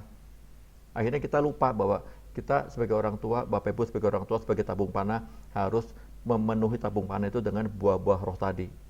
Jadi si anak tidak akan menyimpang ke kiri dan ke kanan ketika dia dewasa. Nah, ini sedikit semacam sedikit puisi lah. Coba Bapak Ibu bersyukur atas hadiah yang luar biasa yang sudah Tuhan kasih berupa anak-anak. Ya, Tuhan memperhatikan doa Bapak Ibu ketika awal pernikahan. Tuhan tolong beri kami keturunan. Sudah dikasih. Nah, setelah dikasih diapakan? Dirawat, dididik, dibentuk, diberikan teladan. Bukan cuman udah gede ya sudahlah, kalau udah punya kemauan sendiri. Jangan memaksa apa yang dulu orang tua tidak pernah, yang belum sempat dicapai oleh orang tua, jangan paksakan itu ke kehidupan anak. Ya, nanti bisa dibaca di yang Khalil Gibran tadi ya. Dan bersyukur kami diberkati oleh mereka-mereka yang memanggil kami Bapak dan Ibu, Ayah, Ibu, Papa dan Mama. Bersyukur pada Bapa di surga. Ya, bahwa ternyata kami sebagai orang tua punya pusaka loh. Kira-kira Bapak Ibu kalau dapat pusaka, dapat warisan akan diapakan sih? Saya percaya pasti akan dijaga. Saya percaya warisan pusaka yang Bapak Ibu miliki, yang Bapak Ibu yang diberikan oleh orang tua sebelum generasi sebelumnya, pasti akan benar-benar kita jaga, benar-benar kita rawat. Nah, anak pun sama. Anak pun sebagai pusaka Bapak Ibu yang Tuhan titipkan dalam kehidupan Bapak Ibu sebagai tabung panahnya. Tolong dijaga, dirawat, diasuh. Komunikasi, bangun hubungan dengan anak. Tidak ada kata terlambat. Semuanya masih bisa dilakukan. Tinggal permasalahannya tadi. Kapan kami sebagai orang tua, sebagai bapak, sebagai ibu, sebagai papa mama, akan mulai bangun hubungan mesbah keluarga dengan Tuhan. Kapan sebagai orang tua, sebagai suami istri, mulai saling ngobrol, mulai saling terbuka, mulai saling minta maaf. Karena ini bicara tentang membangun hubungan dalam keluarga. Saling minta maaf. Pernah mengecewakan, minta maaf. Semuanya. Bahkan kalau perlu, adakan waktu retret keluarga khusus. Bilang, nak, Bapak Ibu minta maaf ya. Dulu kamu pernah Bapak Ibu sebut seperti ini. Bapak Ibu pernah ngebentak kamu. Maaf ya, maafin. Peluk mereka. Dan disitulah mulai membangun hubungan lagi. Nah, jadi poinnya adalah, pertama, Bapak Ibu sebagai orang tua, Tuhan perhatikan. Ya, dari awal sejak menikah sampai sekarang, Tuhan masih menjaga, masih merawat. Anak-anak masih sehat, mereka bertumbuh luar biasa. mereka masih mengasihi orang tuanya, mereka bisa mencapai prestasi yang mereka mampu. Syukuri itu. Kedua, Bapak Ibu dipersiapkan oleh Tuhan untuk menjadi tabung anak panah yang tugasnya adalah melesatkan pusaka yang Bapak Ibu miliki, yang Bapak Ibu yang sudah dititipkan oleh Tuhan. Nah, tugasnya mulai didik, kasih teladan. Kalau selama ini Bapak Ibu sebagai suami istri merasa, aduh komunikasi kami kurang baik nih, perbaiki mulai malam ini. Cara bicara seperti apa yang mungkin kadang-kadang nyolot, kadang-kadang tanpa sadar agak nyinyir sedikit, agak pedas, mulai perbaiki. Sehingga anak dapat contoh yang baik di rumahnya. Sehingga anak tahu, oh orang tua saya berubah ya. Cara terbaik untuk mengubah orang adalah ubah dulu diri kita sendiri. Jadi tidak perlu repot mengubah orang, nggak perlu repot. Kalau kita berubah, anak-anak pasti akan berubah. Orang lain pasti akan berubah. Kenapa? Karena mereka dapat contoh, mereka punya teladan.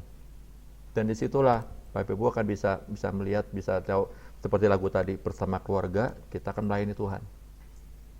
Ya, itu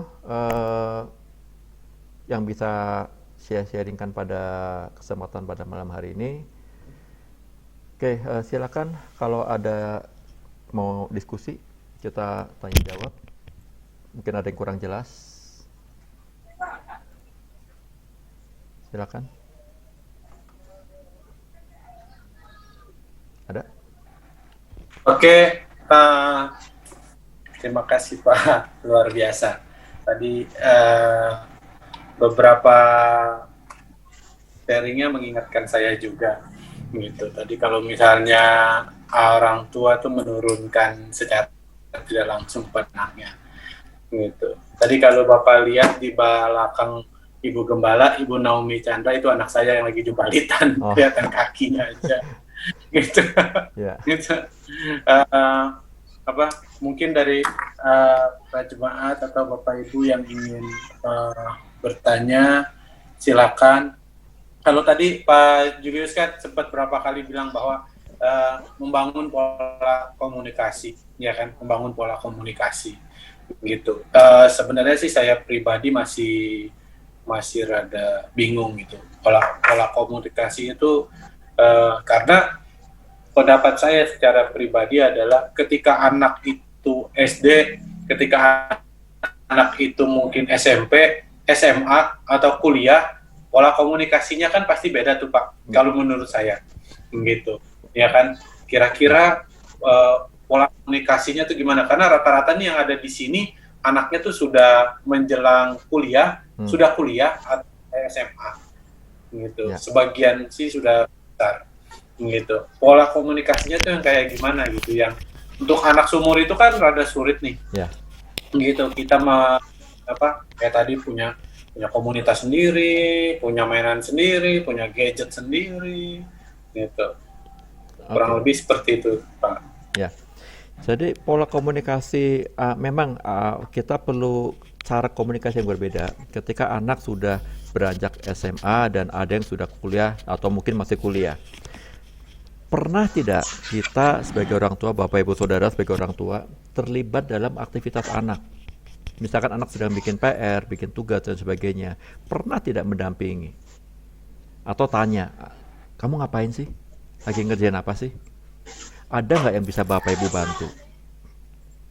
Nah kadang-kadang karena itu tidak atau jarang dilakukan oleh orang tua, akhirnya ketika orang tua mencoba melakukan itu buat anak, apaan sih ini Bapak Ibu kok ngeganggu banget sih? Aneh buat orang tua, buat si anak. Kenapa? Karena anak tidak pernah mendapatkan pendampingan seperti itu. Jadi Bapak Ibu ganggu aja sana ganggu banget sih. Atau ketika lagi duduk bareng, coba luangkan waktu. Saya ingat ada satu pendeta Pak Petrus Nawawi kalau nggak salah. Sudah lama, udah belasan tahun yang lalu. Beliau pernah bercerita seperti ini. Beliau punya hubungan yang kurang dekat waktu itu dengan putrinya.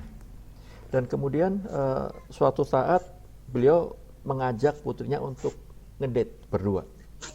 Dating antara bapak dengan putrinya. Makan bareng di situ. Sebelum saya lanjutkan, biasanya ketika Bapak Ibu berhadapan berdua dengan anak, biasanya ngapain sebagai orang tua? Biasanya nanya kan, sekolah kamu gimana? Teman kamu gimana? Tugas kamu gimana? Pernah nggak kita sebagai orang tua membuka diri dulu? Nah, beliau tadi Pak Petrus Nawawi, beliau bercerita gini, saya nggak nanya ke anak saya, ke putri saya, yang saya lakukan apa? Saya cerita. Nah, tadi papa begini loh, tadi papa begini loh, tadi kemarin papa begini loh. Cerita. Anak mau dengerin mau nggak? Yang penting kita buka diri dulu. Nah, kadang-kadang waktu kita mau coba ngobrol dengan anak berdua atau satu meja, fokus kita adalah saya harus nanya. Nah, apa bedanya dengan para entah wartawan kayak atau interogasi? Jadi kita kayak interogasi anak pasti nggak akan nyaman. Atau ketika anak udah mulai kelihatannya ini kayaknya udah mulai punya pacar nih, cerita. Nah, dulu ya waktu papa pacaran sama mama ya, waktu mama pacaran sama papa, ceritakan dulu seperti apa. Jadi anak cara memancing anak berbicara, bicarakan dulu apa sih yang dulu pernah bapak ibu alami, yang pernah papa mama alami apa sih. Daripada kita fokus untuk nanya anak seperti interogasi ke anak, kenapa tidak kita sebagai orang tua buka diri dulu. Nah, dulu waktu papa sekolah kok nggak dapat tugas seperti ini ya? Ya mungkin jangan pas anak ini mengerjakan tugas diajak cerita terus, itu pasti akan mengganggu. Setelah selesai, misalkan ajak ngomong, udah selesai tugasnya, udah, apa sih yang dilakukan? Seperti kita ingin tahu, kita ingin coba masuk ke dunia anak. Memang buat orang tua pasti nggak nyambung. Aduh Pak, saya nggak nyampe deh. Dulu saya zaman saya anak saya sekolah belum ada gadget dan sebagainya. Sekarang anak saya nggak apa-apa, nggak masalah. Yang penting bangun hubungan dengan buka diri dulu, ngobrol dulu, kasih cerita. Saya dulu seperti ini loh, papa dulu seperti ini, mama dulu seperti ini loh. Anak nggak respon, nggak apa-apa. Yang penting kita menunjukkan, tadi kan dikatakan di ulangan 6, berulang-ulang. Jadi kalau sekali, 2 kali, 3 kali orang tua mencoba membuka diri, anak nggak respon, nggak apa-apa, lakukan berulang-ulang. Karena tadi dipesan berulang-ulang, ceritakanlah, bicarakanlah berulang-ulang kepada anak-anakmu. Baik ketika duduk, dalam perjalanan, berbaring, atau bangun. Jadi kapan saja, ada 4 waktu di situ. Duduk lagi santai, ajak ngobrol. Nah, gimana? Dengar-dengar, kelihatannya kamu udah punya pacar nih. Mana dong fotonya? Boleh ajak ngobrol seperti itu. Jangan, ini Pak, aduh jangan dia jelek deh. Nah kadang-kadang kita bilang, jangan deh, Papa lihat, Mama lihat, kayaknya nggak baik anaknya. Nah di situ anak tadi udah mulai terbuka, di-cut sama kita. Percuma saya ngasih tahu foto. Udah deh, lain kali anak udah nggak mau ngobrol lagi. Ya jadi kadang-kadang kita sebagai orang tua yang tanpa sadar, kita meng-cut, kita memutus komunikasi dengan anak. Memaksa, nah mendingan jangan seperti itu deh.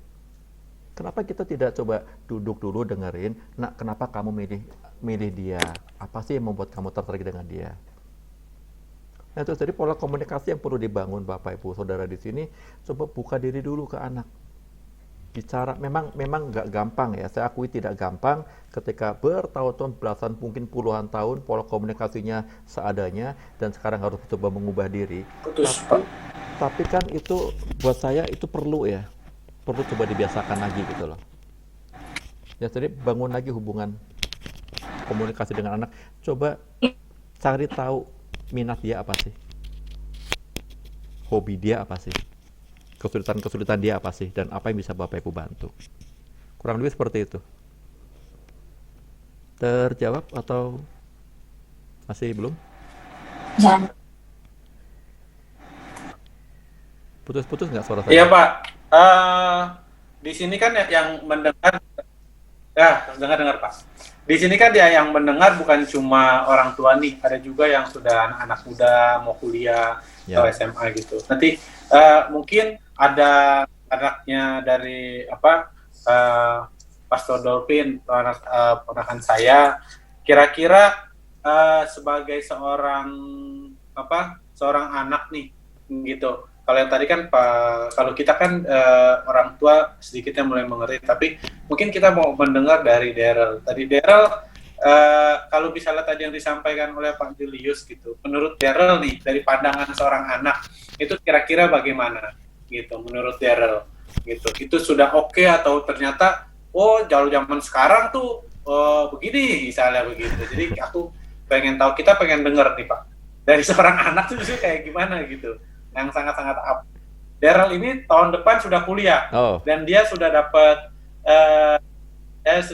beasiswa full 100% di BINUS gitu.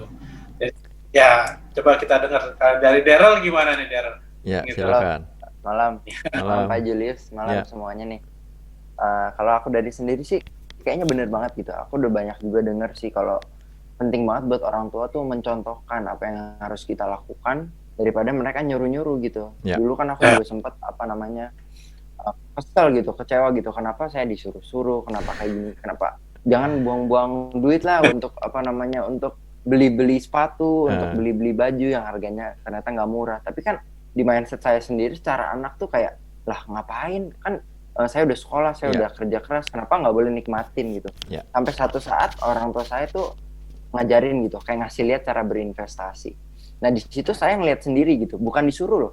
Saya nggak tahu, saya karena melihat mereka melakukan itu dari dalam diri saya sendiri, saya pengen mengikuti gitu. Saya nggak pernah disuruh, tapi secara alam bawah sadar saya, kayaknya investasi itu jauh lebih menguntungkan ya daripada aku sekedar buang-buang duit. Jadinya secara nggak langsung mereka nggak usah bilang, kamu jangan beli mainan lagi, jangan beli baju-baju mahal, sepatu mahal. Tapi dalam diri sendiri tuh kayak, oh iya juga ya. Jadi menurut aku sendiri benar sih yang dibilang Pak Julius, kalau orang tua udah mencontohkan apa yang benar, itu anak akan lebih mudah untuk menerima daripada mereka ngebentak-bentak, nyuruh-nyuruh. Ya saya sendiri kesel gitu, malah nggak dilakukan, malah ditentang terus gitu. Jadi tapi kalau mereka melakukan apa yang mereka pengen saya lakukan, kayak ngerasanya lebih enak juga gitu ngelakuinnya. Salah satunya itu sih. Iya, keren. Iya, setuju banget. Ya, jadi ternyata memang memang sesuai ya gitu apa yang tadi Pak Julius sudah sampaikan, bahwa memang itu 100% gitu kita mesti memberikan contoh. Mungkin dari ada juga nih Pak yang anaknya mungkin masih usianya masih SD atau gitu. Mungkin Bu Fani mau bertanya gitu, silakan, ada yang ingin ditanyakan. Silakan, ada yang mau bertanya? Ya, selamat malam Pak. Malam Bu Fani. Ya, anak saya tuh masih SD ya. Dia tuh sering lupa kalau disuruh gosok gigi. Dan saya sih tadi benar kan, Bapak tadi bilang apa sih harus dikasih tahu berulang-ulang. Sampai saya tuh berulang-ulang selalu mengingatkan dia terus, tapi dia nggak ingat-ingat gitu loh. Terus gitu loh, kadang-kadang kalau habis mandi dia selalu lupa terus dengan gosok gigi. Seperti itu Pak, gitu loh. Nah saya tuh ngasih taunya yang baik gimana ya supaya dia tuh melekat juga gitu loh. Maksudnya emang sih saya kasih tahu terus gitu Pak. Terus kalau dia udah, oh iya lupa begitu terus, tapi kalau aku perhatiin, tapi udah belakangan ini sih dia udah agak ini sih, aku bilang nih aku udah gosok gigi kata dia gitu. Ininya dia udah ngasih tahu aku gitu, udah gosok gigi. Tapi kalau ada kalanya dia lupa terus gitu untuk gosok gigi itu gimana tuh Pak? Pertanyaannya Bu. Maksudnya ngasih tahu ke anak tuh gimana gitu? Ya, pertanyaannya sebelum saya jawab. Maksudnya dia suka lupa terus pertanyaannya gitu loh. Suka lupa gitu loh. Maksudnya memberikan yang baik gimana gitu. Dia mah masih SD gitu loh. Nah, pertanyaan saya Bu, ketika anak dia nggak lupa gosok gigi, Ibu ngomong apa? Ibu apa yang Ibu katakan? Ya udah kamu gosok gigi sekarang gitu. Aku bilang ya udah gosok gigi sekarang. Terus? Ya udah gosok gigi gitu. Anak itu nggak lupa. Ya terus langsung dia kerjain. Terus? Ada pujian nggak? Langsung sih dikerjain sama dia. Ada pujian nggak? Ada pujian nggak? Dipuji nggak? Nah gitu dong, anak mami pinter. Enggak. Nah, tahu nggak? Enggak Pak. Sebetulnya anak itu nggak lupa loh. Saya yakin anak tuh pasti ingat. Cuman ketika disuruh, gitu, dia tidak lakukan, ngomel. Ya mungkin nggak ngomel lah, ditegur dan sebagainya. Tapi ketika anak itu melakukan tanpa diminta, Ma, aku udah sikat gigi. Oh ya sudah. Loh, cuma gitu aja. Coba berikan pujian. Peluk dia. Nah, anak pinter, anak mama pinter. Nah, kadang-kadang kita lupa untuk memberikan pujian. Padahal pujian itu membuat anak merasa, oh saya dihargai ya. Ternyata apa yang saya lakukan itu menurut di mata orang tua saya menyenangkan orang tua saya. Nah, coba nanti atau misalkan gini, untuk gosok gigi bareng misalkan. Nah, yuk gosok gigi sama-sama yuk sama mama yuk. Gosok gigi bareng. Terus begitu setelah gosok gigi, usap-usap kepalanya. Aduh, anak pinter. Nah, gitu dong kan mama senang, gitu loh. Kalimat perintah jangan dari penelitian sih ya. Bapak Ibu ketika ada tulisan jangan ngintip. Kira-kira kenapa? Akan ngintip. Penasaran. Pernah lihat videonya mungkin ya. Ada sebuah kotak, ada lubang khusus sebesar kepala, dilarang ngintip. Nekat ngintip, begitu ngintip, ceplok dari dalam ada apalah tepung lah atau segala macam lah, ngamuk. Loh, yang nyuruh ngintip siapa? Kenapa harus ngamuk? Nah, kalimat ketika memberikan perintah, jangan lupa gosok gigi. Kata jangan itu yang akan membuat anak akhirnya melawan, dalam tanda kutip ya. Melawan bukan memberontak. Nak, gosok gigi ya. Nah, ingat ya gosok gigi ya. Coba tanamkan, sampaikan dengan kalimat yang positif. Memang agak sulit karena kita dididik untuk memberikan pujian, memberikan perintah dengan kalimat negatif. Misalkan, jangan lupa, tidak boleh bolos, tidak boleh terlambat. Ya, buat yang punya karyawan, atau bekerja punya karyawan, mungkin ada yang pernah terlambat.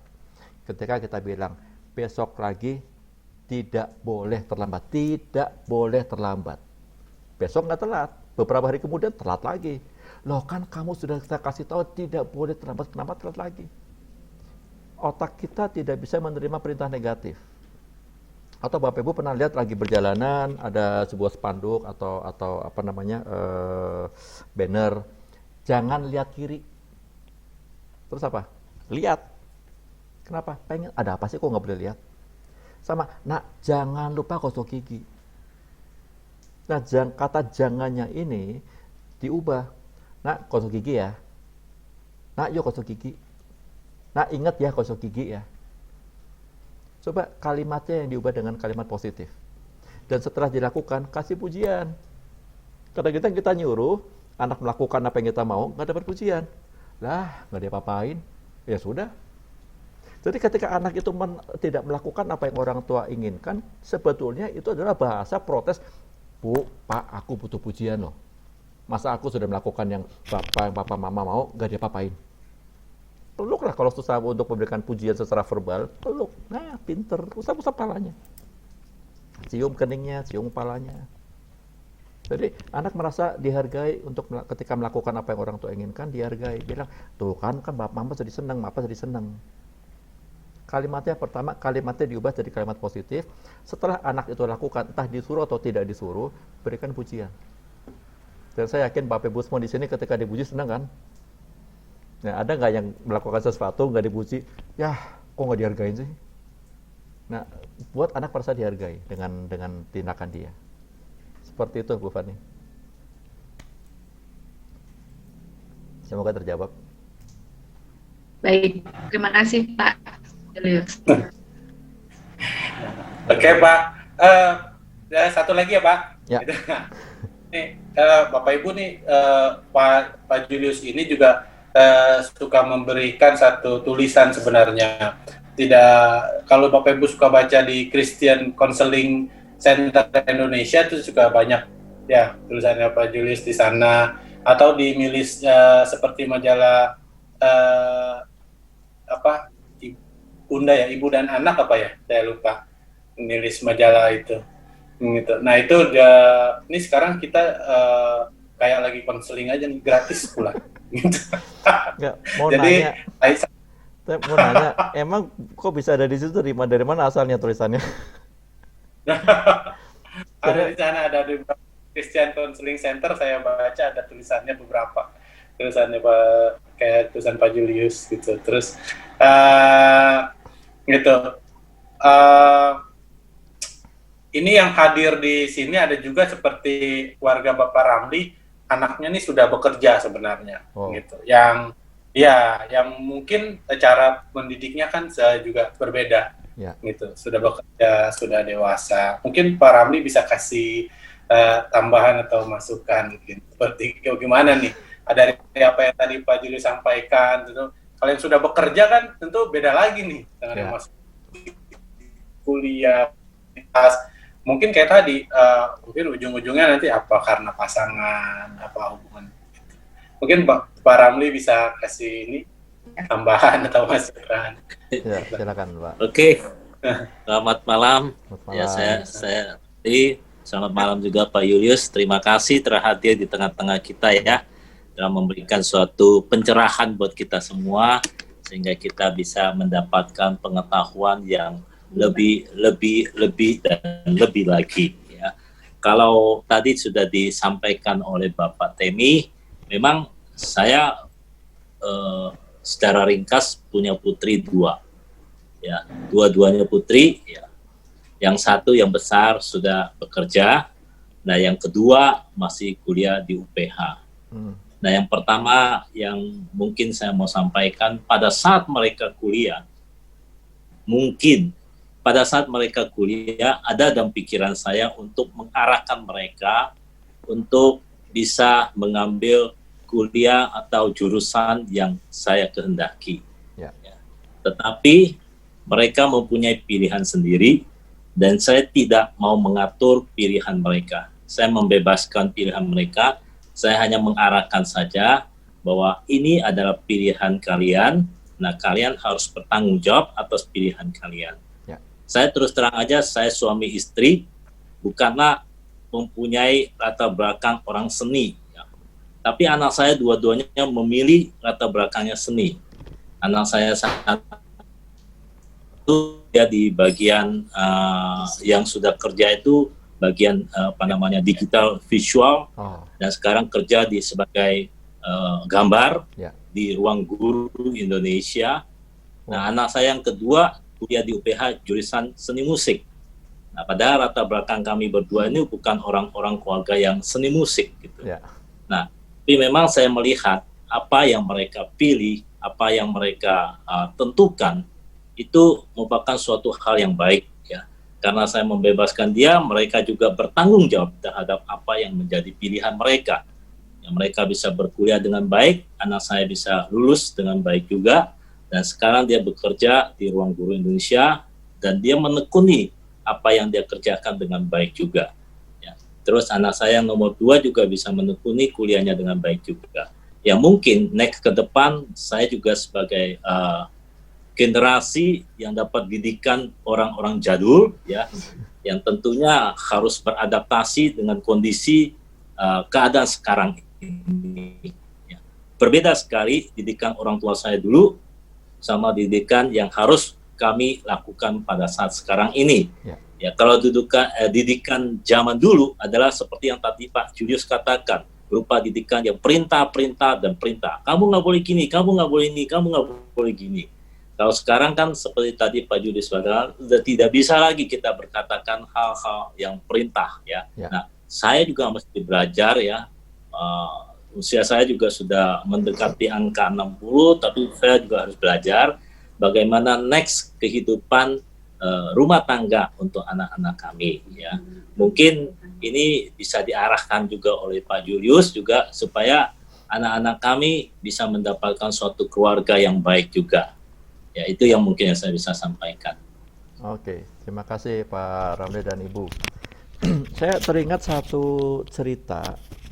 Jadi ada seorang orang tua lah ya, orang tua bapak dengan ibu, kemudian bekerja, mereka berintis usaha dari awal, sehingga anaknya merasa saya kok kayak nggak punya orang tua ya. Memang bapak ibu saya bekerja untuk anak-anak, untuk saya sebagai anaknya. Tapi kok saya tidak merasakan kehadiran beliau di rumah ya. Sibuk sekali orang tuanya. Nah, sehingga ketika si anak ini besar, orang tuanya sudah mulai sepuh, sudah mulai tua, sudah tidak bekerja dan sebagainya. Ketika orang tua ini meminta anak untuk hadir, nah kok nggak pernah nengok bapak ibu sih, nggak pernah nengok ke rumah papa mama sih, aduh pak ma, sorry sih bu, gak punya kerjaan dan sebagainya. Ingat loh, apa yang kita tabur itu akan kita tanam. Apa yang kita tanam itu akan kita tabur. Nah, gimana caranya biar anak-anak mumpung masih ada? Pertama, pastikan kalau masih serumah ya, pastikan bapak ibu sebagai orang tua hadir bukan secara fisik saja, tapi secara mental ada untuk anak. Makanya pentingnya untuk membangun hubungan, ngobrol. Gimana kerjaan? Gimana ada rencana apa? Mungkin buka usaha sendiri. Tadi yang Pak Ramli sampaikan itu benar, saya setuju sekali. Silakan kamu pilih jurusanmu, tapi tanggung jawablah. Nah di situ anak dapat kepercayaan. Oh saya dipercaya. Berbeda ketika orang tua memaksa, nah kamu harus jadi ini.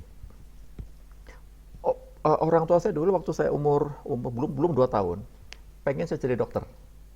Jadi saya masih ada fotonya, saya didandanin, dulu masih hitam putih fotonya, pakai kemeja putih, pakai dasi, di bawah 2 tahun usia saya kalau nggak salah. Pengen jadi dokter. Terus setelah mau masuk menjelang selesai menjelang selesai SMA, saya pengen masuk ke seni rupa, ke ITB, jurusan desain grafis. Terus kakak ipar saya waktu itu bilang, kenapa nggak coba psikologi? Dan di situ saya baru pertama kali dengar ada jurusan psikologi.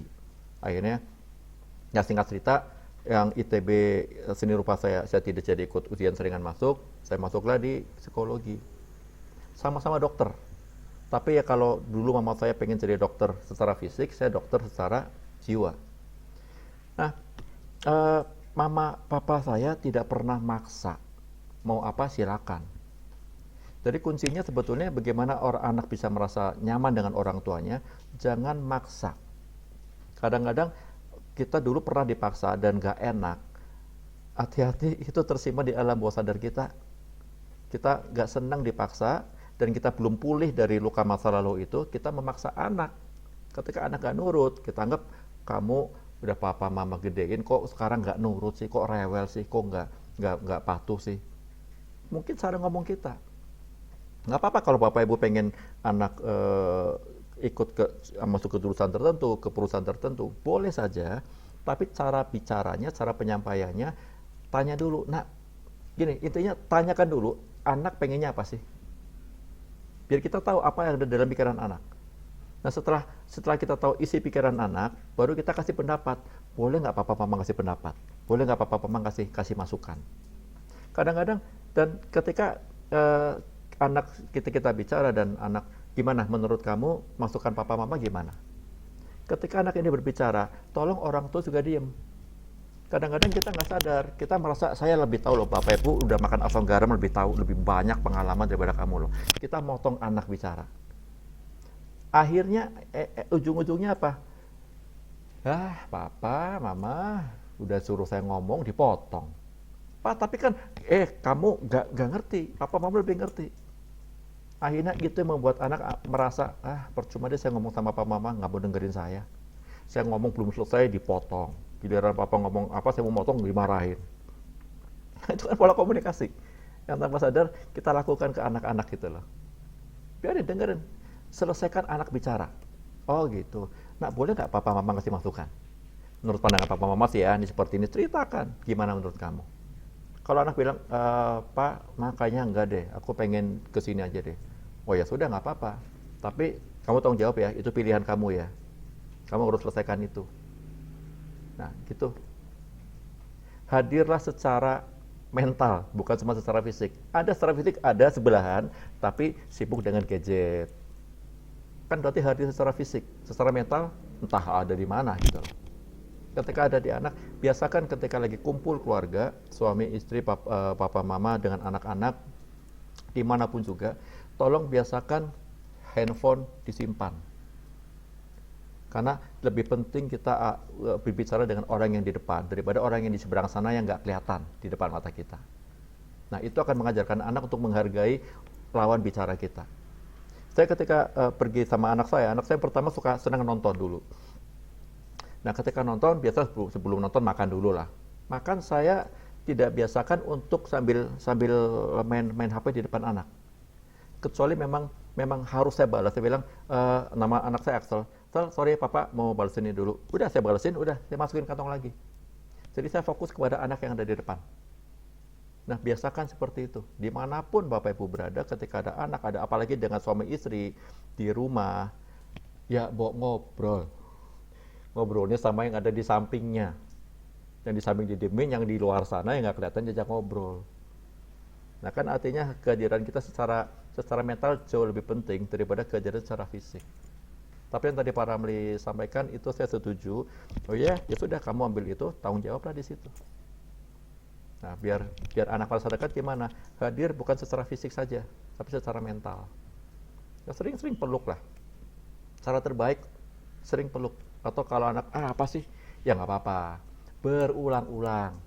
Sampai anak merasa, oh saya dapat percaya, saya dikasihi oleh orang tua saya. Orang tua saya memperhatikan saya. Sama seperti Tuhan memperhatikan Sarah. Oh orang tua saya memperhatikan saya toh. Atau kalau susah dipeluk, ya inilah diusap-usap di lengan, usap-usap. Apa senang deh ada kamu ngomong kayak gitu. Nah, kasih pujian. Seperti itu. Silakan. Kalau masih ada. Oke, Pak. Nah, gimana? Ada yang lain nih? Ini biasanya kalau nggak ada Pak Julius, kita udah selesai dari tadi, Pak. Cuman karena kita dengar Pak Julius, jadi kita terus aja. Ya, semua karena Tuhan lah ya. Iya, gitu. Ya, bagaimana? Masih adakah yang lain yang ingin bertanya? Gitu. Kalau ditanyanya di luar Zoom ini, namanya konselingnya bayar. Kalau di sini masih gratis. Enggak lah, kalau bayar kan harus ada di ruangan khusus gitu loh. Ada satu ruangan 3x4, ada meja, ada kursi berhadapan, nah, ada resepsionis di depan, itu bayar. Bagaimana kalau belum ada lagi? Saya mungkin sudah sampai di sini dulu. Selanjutnya jika ada yang mau bertanya, mungkin nanti boleh ya Pak Julius ya. Kalau misalnya ada dari jemaat kami mungkin ada yang mau ngobrol atau mau bicara dengan Bapak, mungkin nanti saya bisa sharing nomor Bapak kalau mungkin ada yang minta kayak gitu. Tadi juga, nah ini anak saya nih Pak, yang tadi jumpalitan nggak bisa di. Apa anak-anak namanya. Tadi dari yang Pak Juli sampaikan, sebenarnya sih kalau bicara mengenai anak itu memang tidak ada habisnya. Apalagi menjelang sekarang ini mungkin dalam 5 tahun ke depan mungkin beberapa keluarga mungkin akan ada yang akan memiliki keluarga baru mungkin gitu. Jadi seringkali sebenarnya masih ada yang ingin saya tanyakan, tapi mungkin nanti akan jadi, kalau boleh saya undang lagi kapan-kapan Pak, gitu. Boleh. Karena ada beberapa yang seperti topik mendasar yang gini. Selama ini kalau orang tua seorang anak menikah, ketika anak itu gagal dalam pernikahan, entah faktor ekonomi atau bukan, ketika gagal, biasanya cuma ada 2. Orang tua menyalahkan pilihan anak, atau anak menyalahkan pilihan orang tua, gitu. Bila terjadi kegagalan, biasanya cuma terjadi 2 itu, gitu ya kan? Biasanya, gitu. Karena kemarin juga ada rekan saya dosen yang sudah lebih berumur dari saya, tiba-tiba anaknya gagal, gitu. Dia bilang lagi sama saya, dia cerita itu sih, dulu saya sudah bilang salah, jangan beli kayak gini-gini. Nah ya kan, jadi selalu terjadi 2. Ya mungkin nanti kita bicara lagi hal itu ya kan, supaya gimana sih caranya gitu. Nanti kan sebagian dari kami ini termasuk saya juga mungkin akan mempunyai anak yang akan menikah, ya kan, supaya di kelak kemudian hari ketika tua pun seperti yang terjadi dengan teman saya itu, saya tidak menyalahkan anak atau anak tidak menyalahkan saya gitu karena saya pilihkan gitu, atau mungkin mesti dulu 50-50 atau gimana kan kita nggak tahu gitu. Tapi ya begitulah. Jadi satu saat nanti kami semua akan mencapai tahapan itu. Paling tidak nanti kalau kita ada waktu lagi, saya minta mengundang Pak Julius untuk sharing lagi gitu dengan kami. Okay. Terima kasih banyak sebelumnya Pak gitu untuk waktunya, dan saya juga sebenarnya kalau Bapak Ibu dan jemaat tahu, saya mintanya dadakan. Ya. Saya dadakan, saya WA tegur, nanya 2 kalimat, langsung tanya, Pak mau sharing nggak? Gitu langsung. Jadi dadakan, karena senior saya, karena dulu memang teman main, ya sudah cuek aja sebenarnya, tanya aja langsung. Sama-sama anak gunung. Ya, dulu kita adalah sama-sama anak pencinta alam gitu di kampus. Oke. Boleh saya nambahin sedikit satu kalimat? Boleh Pak, silakan. Tadi yang Temi cerita tentang anak gagal dalam pernikahan. Penting sekali Bapak Ibu untuk memahami anak siapapun ya, bukan cuma anak, termasuk Bapak Ibu sebagai orang tua. Kita semua butuh penerimaan, bukan penghakiman. Jadi ketika ada anak melakukan kesalahan, jangan dihakimi. Tuh kan Bapak ngomong apa, Mama ngomong apa dulu. Anak nggak perlu itu. Anak butuh penerimaan. Oh ya sudahlah ya, sudah terjadi, yuk kita selesaikan sama-sama yuk. Nah jadi anak merasa diterima di situ. Ya penting penerimaan. Ya anak lebih membutuhkan, kita semua lebih membutuhkan penerimaan daripada penghakiman. Ya itu aja. Terima kasih. Ya, terima kasih Pak. Itu tadi kalau disampaikan sebenarnya bisa jadi 3 SKS lagi Bapak Ibu. Gitu. Jadi untuk sharing kita akan sudahi sampai di sini. Sekali lagi terima kasih Pak Julius untuk sharingnya, terima kasih sekali. Dan untuk menutup ibadah kita, saya akan panggilkan Bapak Pastor Dovin untuk kita sama-sama berdoa menutup ibadah kita. Silakan Pak Dovin. Thank you banget Pak Julius untuk sharingnya yang luar biasa. Yuk kasih reaksinya dong ya. Thank you ya. Betul terima kasih ya. Jadi untuk jemaat juga seperti yang kita sedang kerjakan ya selama beberapa bulan terakhir, kita fokus untuk membangun fondasi keluarga kita dan juga membangun tiang-tiangnya ya. Ntar ada masalah keuangan yang kita diskusikan, ntar ada masalah anak, keluarga, pasangan, ada bisnis ya. Nanti kita juga banyak bicara tentang planning dan selanjutnya. Kenapa? Karena tanpa kita betul-betul dibantu oleh para ahli, kita ngasal nanti bikinnya. Karena udah jadi itu repot ngerubahnya, bukan nggak bisa ya. Renov-nya itu butuh waktu. Oleh karena itu, Bapak Ibu sini bersyukur yang anaknya masih imut-imut, masih kecil-kecil ya. Kita sama-sama benahin dari awal supaya nanti ketika mereka remaja, mereka anak muda, mereka betul-betul anak panah yang siap melesat ya menuju sasaran yang Tuhan targetkan buat mereka.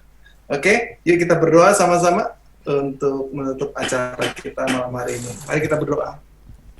Bapak di surga, kami mengucap syukur untuk malam yang luar biasa, kami bisa mendengarkan sharing dari Pak Julius. Tuhan berkati Tuhan hamba-Mu ini Tuhan, biar menjadi berkat di marketplace, biar sungguh-sungguh Tuhan pakai Tuhan melalui pelayanannya, melalui profesinya, memberkati banyak orang, memberkati banyak keluarga, memberkati banyak jiwa-jiwa yang bolong, jiwa-jiwa yang luka hatinya, keluarga-keluarga yang dalam kondisi yang terluka, kayak Tuhan bisa memakai Pak Julius Tuhan dalam pelayanannya, memulihkan mereka. Kami percaya Tuhan, apa yang kami dengar hari ini bisa menjadi benih yang ditanam di dalam hati kami Tuhan. Kami percaya Tuhan, Tuhan rindu keluarga anak-anak Tuhan menjadi keluarga yang kuat, keluarga yang diberkati oleh Tuhan, keluarga yang menang, yang sungguh-sungguh memiliki arah dan tujuan, meninggalkan warisan-warisan yang luar biasa. Tuhan Yesus berkati setiap jemaat yang sudah hadir, yang komitmen, yang semangat untuk belajar. Tuhan berkati, beri kesehatan Tuhan. Kami percaya Tuhan berkat Tuhan turun atas setiap kami. Teman-teman, saudara-saudara semua yang hadir malam hari ini, terimalah berkat Tuhan menyertai hidupmu. Mulai malam hari ini sampai Maranatha Tuhan datang, menyertai engkau di dalam nama Tuhan Yesus. Kami ucap syukur. Amin. Oke, puji Tuhan. Thank you again. Terima ya. kasih. Kita foto dong Yuk foto dulu ya. Oke ya. Yuk biar wajahnya kelihatan. Tommy bisa kelihatan nggak Tom wajahnya Tom? Ci Betty, Bu Helen, oke. Pak Heri, yuk kasih jempolnya. 1, 2, 3. Oke, ya sudah. Ya Tom telat Tom. Lagi. Oke deh, lagi deh. Oke, lagi. Ya, oke. Nah tuh, oke. 1, 2, 3. Oke, thank you semuanya. Sampai ketemu. Makasih ya, Pak Julius. Terima kasih. Tuhan berkati. Terima kasih. Tuhan berkati. Salam buat keluarga. Terima kasih Pak Temi. Terima kasih Pak Daryl. Terima kasih Bu Ani.